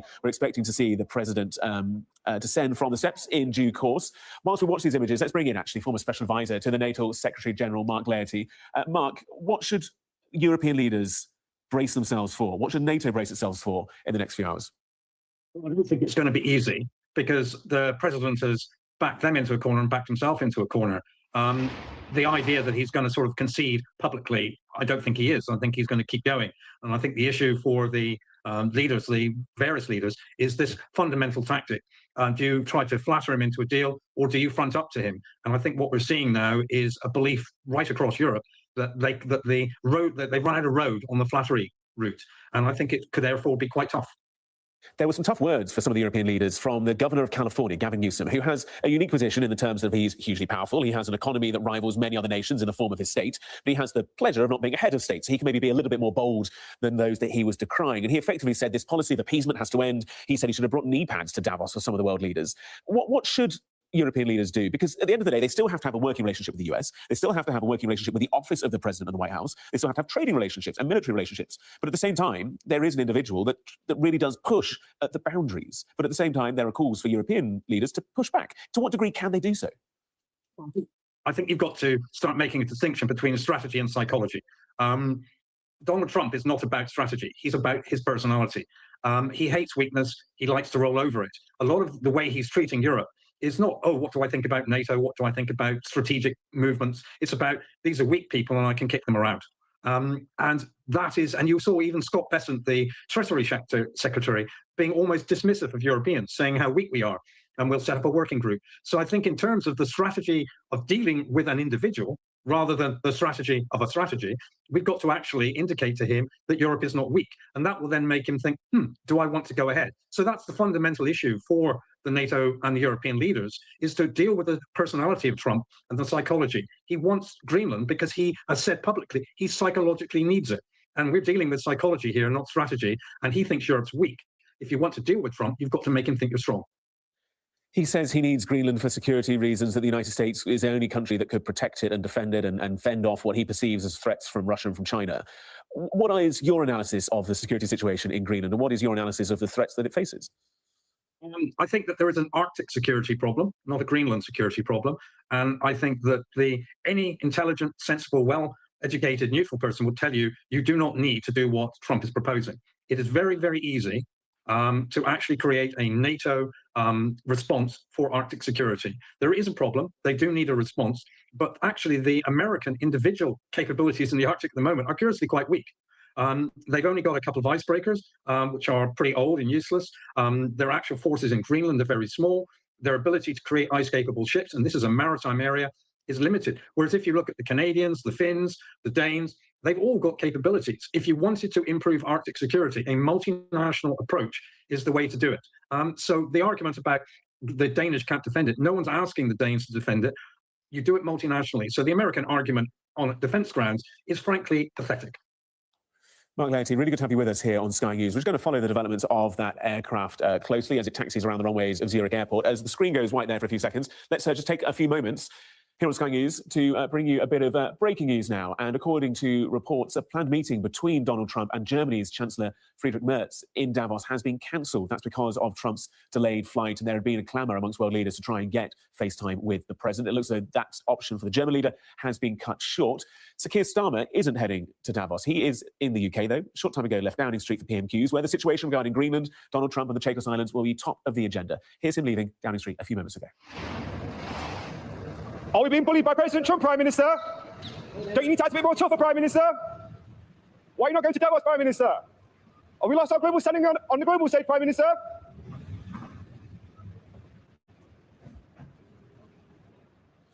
Questions but no answers on the pavement of Downing Street, but there will be questions and answers at PMQs in the Commons. That's going to kick off in just around 15 minutes' time. Stick with us here on Sky News for PMQs. Jane Secker will be bringing you all the action from the House of Commons. Let's take you back to all the action in Switzerland, shall we, and the situation in Davos. Joining us, former Special Advisor to the NATO Secretary-General Mark Laity. Mark, what do you make of the fact that Sir Keir Starmer isn't in Switzerland? Some people will say that was an error on his part. Some would also say it shows a degree of strength, maybe, staying in London. I think he's between a rock and a hard place on this one, in the sense that if he goes, it will be very uncomfortable for him. And I think that there's a realization that, if you like, the traditional Trump whispering isn't working anymore. So in one sense, he could go, he can make his point, but also he could end up being humiliated and making it worse. So in a way, you could say it's a lack of courage, or you could say it's actually quite sensible. I think he would be better. I think he'd be looking for a one-on-one separately, and look to other people to take the heat. So yeah, you can look at it either way, but I don't think he was going to be a winner if he went, that's for sure.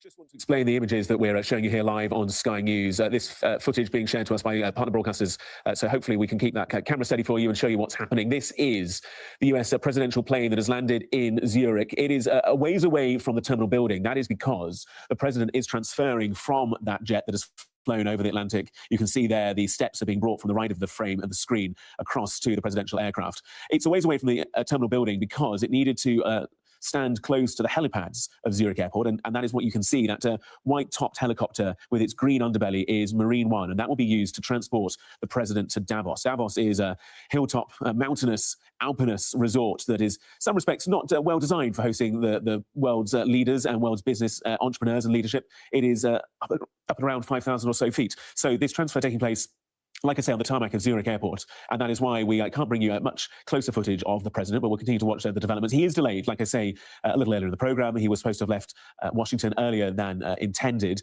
That is because of a technical issue on the first aircraft that was due to bring him over to Europe, turned back round, gone on to a second aircraft and made his way across. That has led, according to sources reporting to us here via Reuters from Davos, to a cancellation of the president's meeting with Friedrich Merz, the German Chancellor, because of a break in the schedule there. What I can't tell you is what other impacts that might have. Will it delay his speech to the delegates at Davos? Will it have impacts on his other meetings that are going to take place? We don't yet know, but we will bring you all the details as we get them here live on Sky News. We'll get the full story to you first throughout the course of the day and the afternoon. We're going to bring you live coverage from our world presenter Yad Hakim live from Davos this afternoon as the president makes those addresses. In the meantime, as we watch these images, let's just speak to our defence and security analyst, Professor Michael Clark. And Michael, as we watch this, just give us a sense of history here, if you will. Have we seen a relationship in its current form between America and the rest of the world, or is this a new era? Oh, the United States intends it to be a new era. Whether it will turn out that way, we don't know, because we don't know how deeply ingrained in US culture MAGA republicanism is. So it might all finish in 3 years' time with the 2028 elections, or it might go on in a successor to Donald Trump for another 8 years after that. So it might be a 12-year process, even longer. So we don't really know what MAGA republicanism is, but there's a real change. We don't know what the future of American democracy is. That's a battle that's going to be fought over the next 10 years. And undoubtedly, the MAGA Republicans will be the first to tell you that they're fighting for their version of American democracy. We just don't know. But what we're certain about after this 12 months is that America has given up on defending the democracies in the world, leading the Western democracies. America has given up on the version of liberal democracy which is predominant in Western Europe. And this Davos meeting, I think, will go down as one of the pegs in the ground of that intention, that real intention on the part of the Trump administration to shift the rules of world politics. I mean, the Trump administration are revisionists. They're just like Xi Jinping and Putin, for their different reasons. They're trying to change the nature of world politics. And I mean, interestingly, since you mentioned it, Howard Lutnick, who's the Commerce Secretary, he's at Davos, and they've sent a big delegation to Davos. They weren't going to a while ago. Now they're all there. Scott Bessent's there, Lutnick is there, the president's there, with all of the crowd around him. And Lutnick is written in the FT this morning, something he said on a panel, actually, with Rachel Reeves yesterday. And he's very clear. He said, we're not here to uphold the status quo. We are here to confront it head on. That's what he's written in the FT. And he says, he actually uses the phrase, we are the new sheriff in town. You know, he sort of he's absolutely a Trump loyalist, and he takes no prisoners. And so he uses this phrase, we are the new sheriff in town. There's the sort of swaggering arrogance about it. And he outlines in this brief article in the FT a completely new world economic order in which we don't rely on interdependence or global supply chains.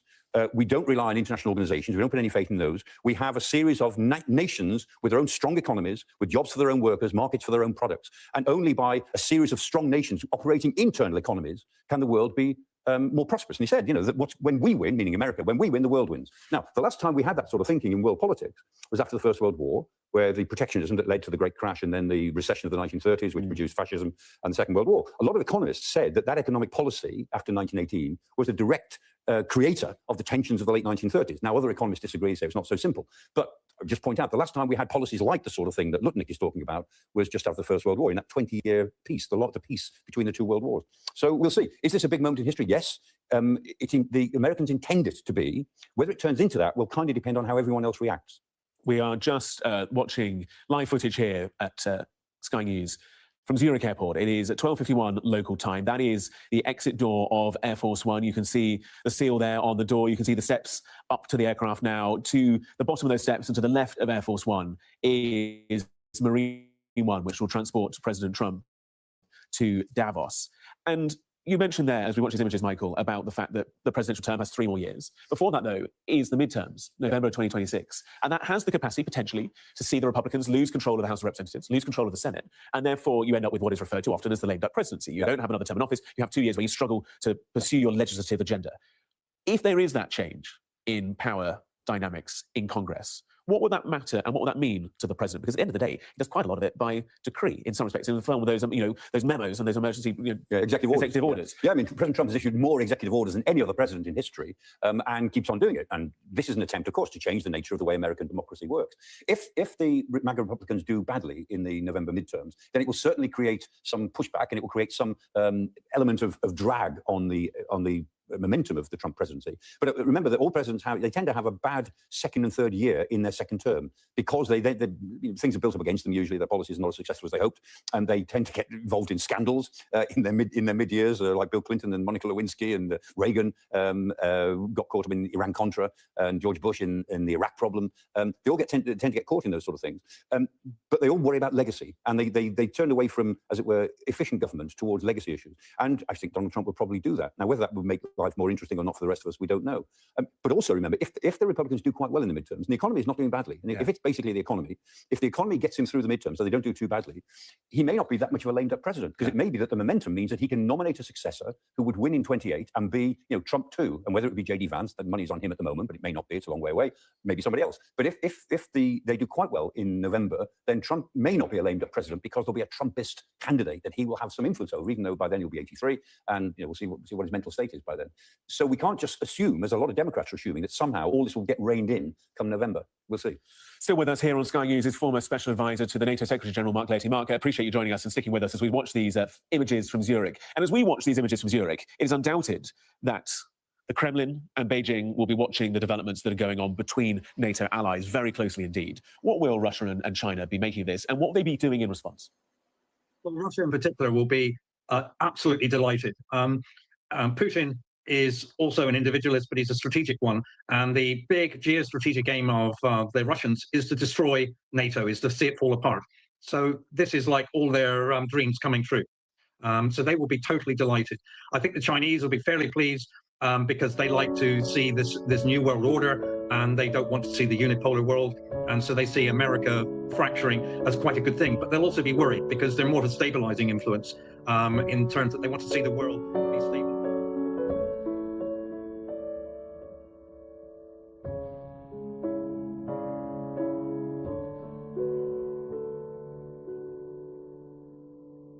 In collaboration with Owen's headquarters, or at least somebody else. Can you confirm you still wrote this 100% by yourself? No, I didn't. I told you.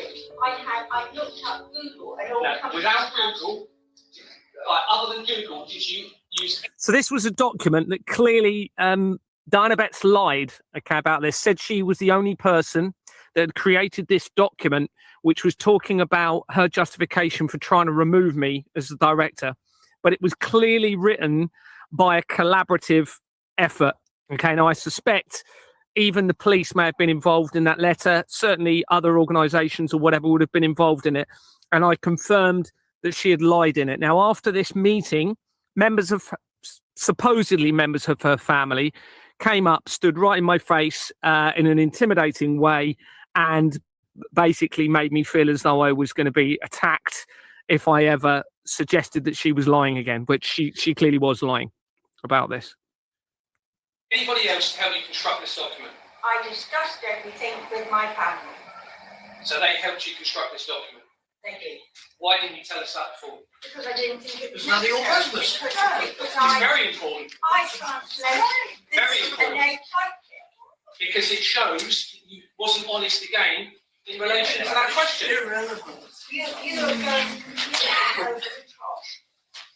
You know, the policeman talking here. but dishonesty is very important in this situation. This lady has stood up and she has given a proposal that now, this minute, that should be good enough. Yes, It's ridiculous. Okay, we'll maintain the debate. We'll come to you in a minute. If we can't be honest as directors, how can we trust the decisions that they're making and they're doing the right things and believing them to do what they're saying they're doing? Honesty is 100% important in this situation. Regarding the specific resolution, yes. Yes, please, sir. Fire away. B12. This gunfight has been very, very interesting, but it's totally immaterial to why we are here this afternoon. We are here this afternoon because we've been informed by this man that there is a massive gap in the finances of this group of people. We have heard evidence today, and I will freely admit myself, I have never met this man before today. We have nothing in common other than the fact we are both retired police officers. And what I've listened to today has been a nonsense. It's been a gunfight between a group of people versus another group. I am interested in a possible fraud involving thousands and thousands of pounds and the mismanagement, of my personal opinion, of this committee. It should never have been allowed to get this far. Someone should have been picking it up that thousands of pounds were not being paid where they should have been paid. And that was to the shareholders of this company. Someone has been siphoning off large sums of money. And that is the thing over the last, we suspect, however amount of time. Sorry? So my question. Now, this, I believe, was damage control here. Okay. John Fleming is massively implicated in the international government fraud. His name, or a name of John Fleming, I'm presuming it's him because of the Fleming connection elsewhere. And I've got links from Deborah Fleming into all of this. Links immediately to Princess Anne. Immediately, which links immediately into CERN, which links into Donald Trump, the research of Madeleine McCann. It links into Prince Andrew immediately from this, from a name of a name of John Fleming on the records, and also that immediately connects in from the other premises that I went into at Inverness, and this is going to be no coincidence, everybody. All right. So what they're doing here is trying to make it seem as though they're supporting me, or John Fleming is.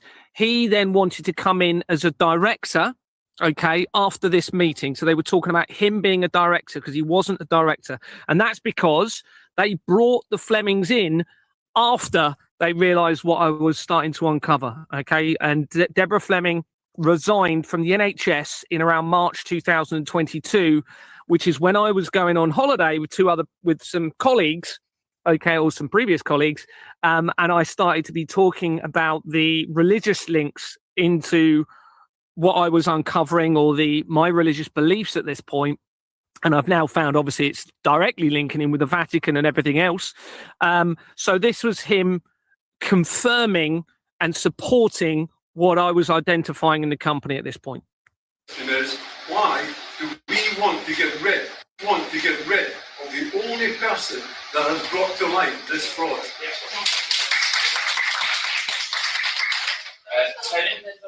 This gentleman is wrong in one respect. Gary Cinnamon is wrong in one respect. Gary has not proven anything that any money has gone missing. Excuse me, sir. Okay. Well, he's not proven that any money has gone. He's alleged a lot of things. He has not proven one thing that anything. This gentleman has gone to the fraud department. He has a registered crime number against people. The police acknowledge that there is a strong possibility that a crime has been committed. It will not be proven for quite some time. It doesn't hold the fact. I don't need proof to look at a bank account and see what should have come into an account and what did come into account. Yes. Okay. Gary, why hasn't Tony and everybody else helped me prove or disprove what's going on in the accounts? In all of this. So you get the gist there. Now, they all knew who John Fleming was, right? Notice he's It all started, I've been repeating myself. notice he is Scottish, okay, which obviously we've got the Scottish rights Freemasons linking into all of this, okay? Now, some of the people in this meeting, including, let's go to the images. I'll just show you some of the images of these people. So where's Alan May? There's Alan May. So he calls John Sir, all right, and gives it away by calling John Fleming Sir during this meeting. Now, that suggests he's obviously of a prominent position. Here's Deborah Fleming talking at the meeting. It was about an hour and a half all in the end, the actual meeting. Here's Rosalind Shogger.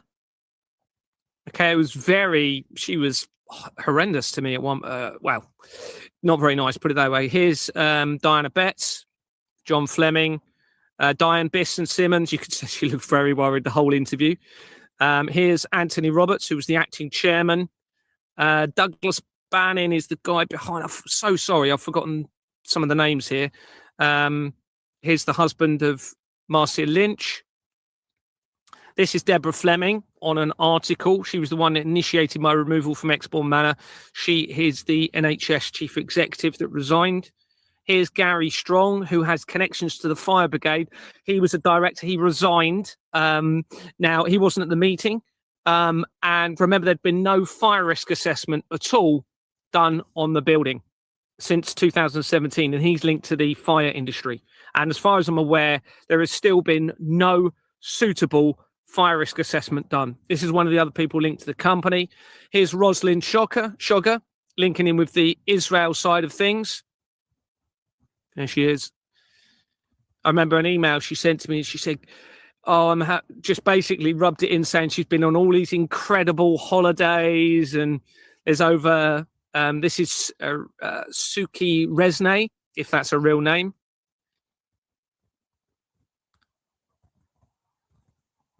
So just thought I'd show you that a little bit at the meeting. So let's look at the research surrounding that building. Now, this is the Company's House records now that we're going to be looking at in relation to Elizabeth Court. So this is the building that Jimmy Savile owned a flat in and where two directors of Exbourne Manor Freehold Limited had also owned property. How long we've been? 55 minutes. I'll do 5 more minutes and then I'll stop. I was going to do half an hour increments, but a Company's House search shows that Elizabeth Court Bournemouth Limited was incorporated as Elizabeth Court Freehold Limited in 2004 before its name was changed 6 days later. It has the previous registered address for Owens and Porter of Sanborn Chambers, 328 Wimborne Road, Bournemouth. The address I had attended in 2022 with Diana Betts to discuss the issues surrounding Exbourne Manor, where Stephen Owens refused to discuss anything and gave notice to resign immediately. It has laces of 1 Paul Road and 5 Paul Road, Bournemouth, on its incorporation document, which appears to be forged to remove the word Turner and change the address from 1 to Paul Road.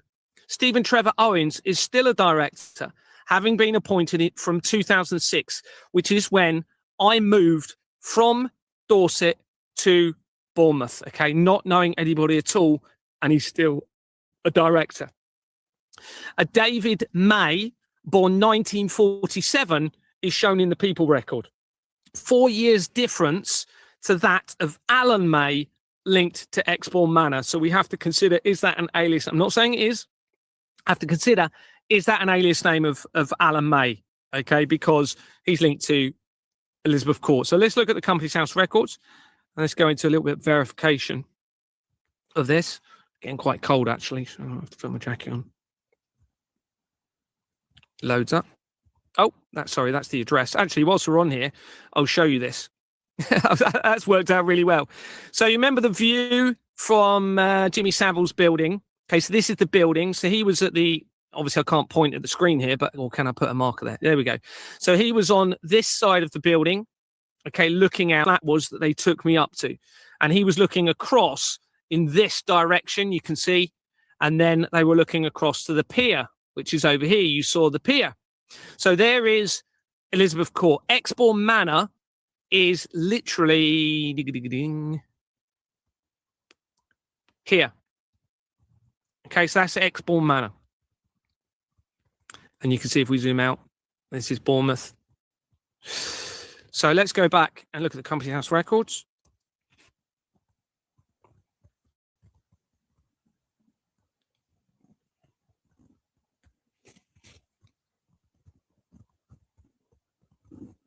Elizabeth Court, Bournemouth.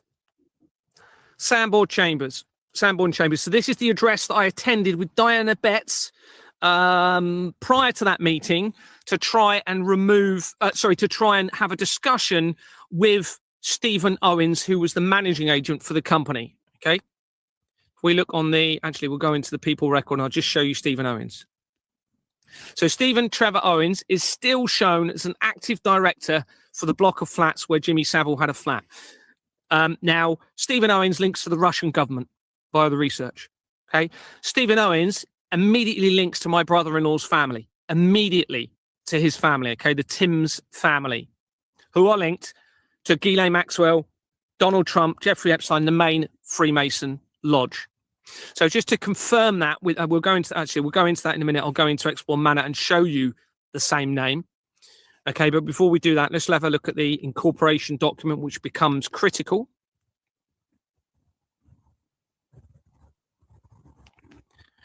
So on the incorporation document, you can see Lacey's.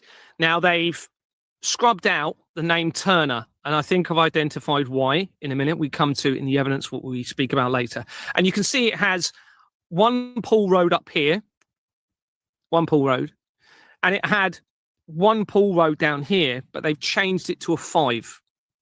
Okay. Now, this all becomes really important as we go through this. What else did I want to show you on here? There you go. You can see 5 Pool Road, Bournemouth. Is there anything else on here? No. So let's now go into Exbourne Manor, where I was a director.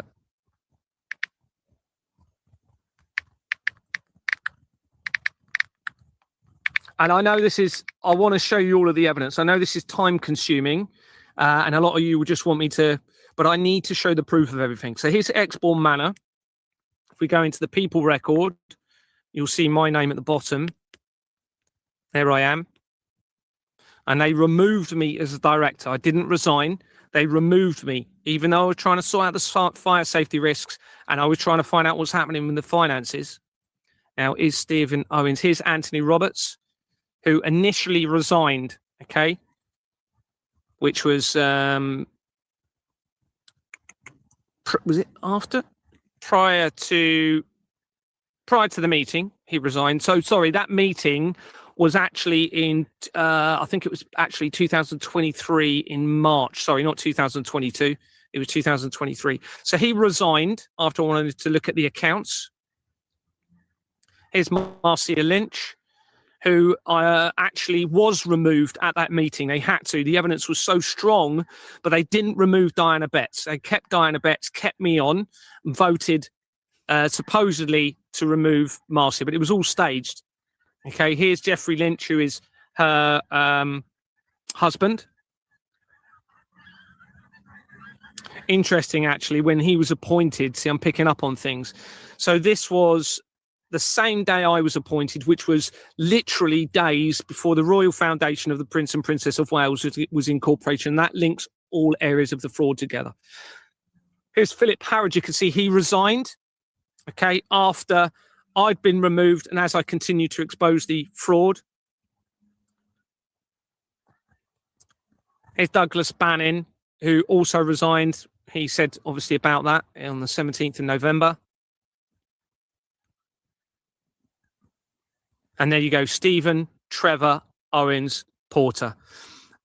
Now, that obviously makes a link straight to Jimmy Savile in all of this, okay? But there's even more, because if we go into the filing history, it becomes even more relevant.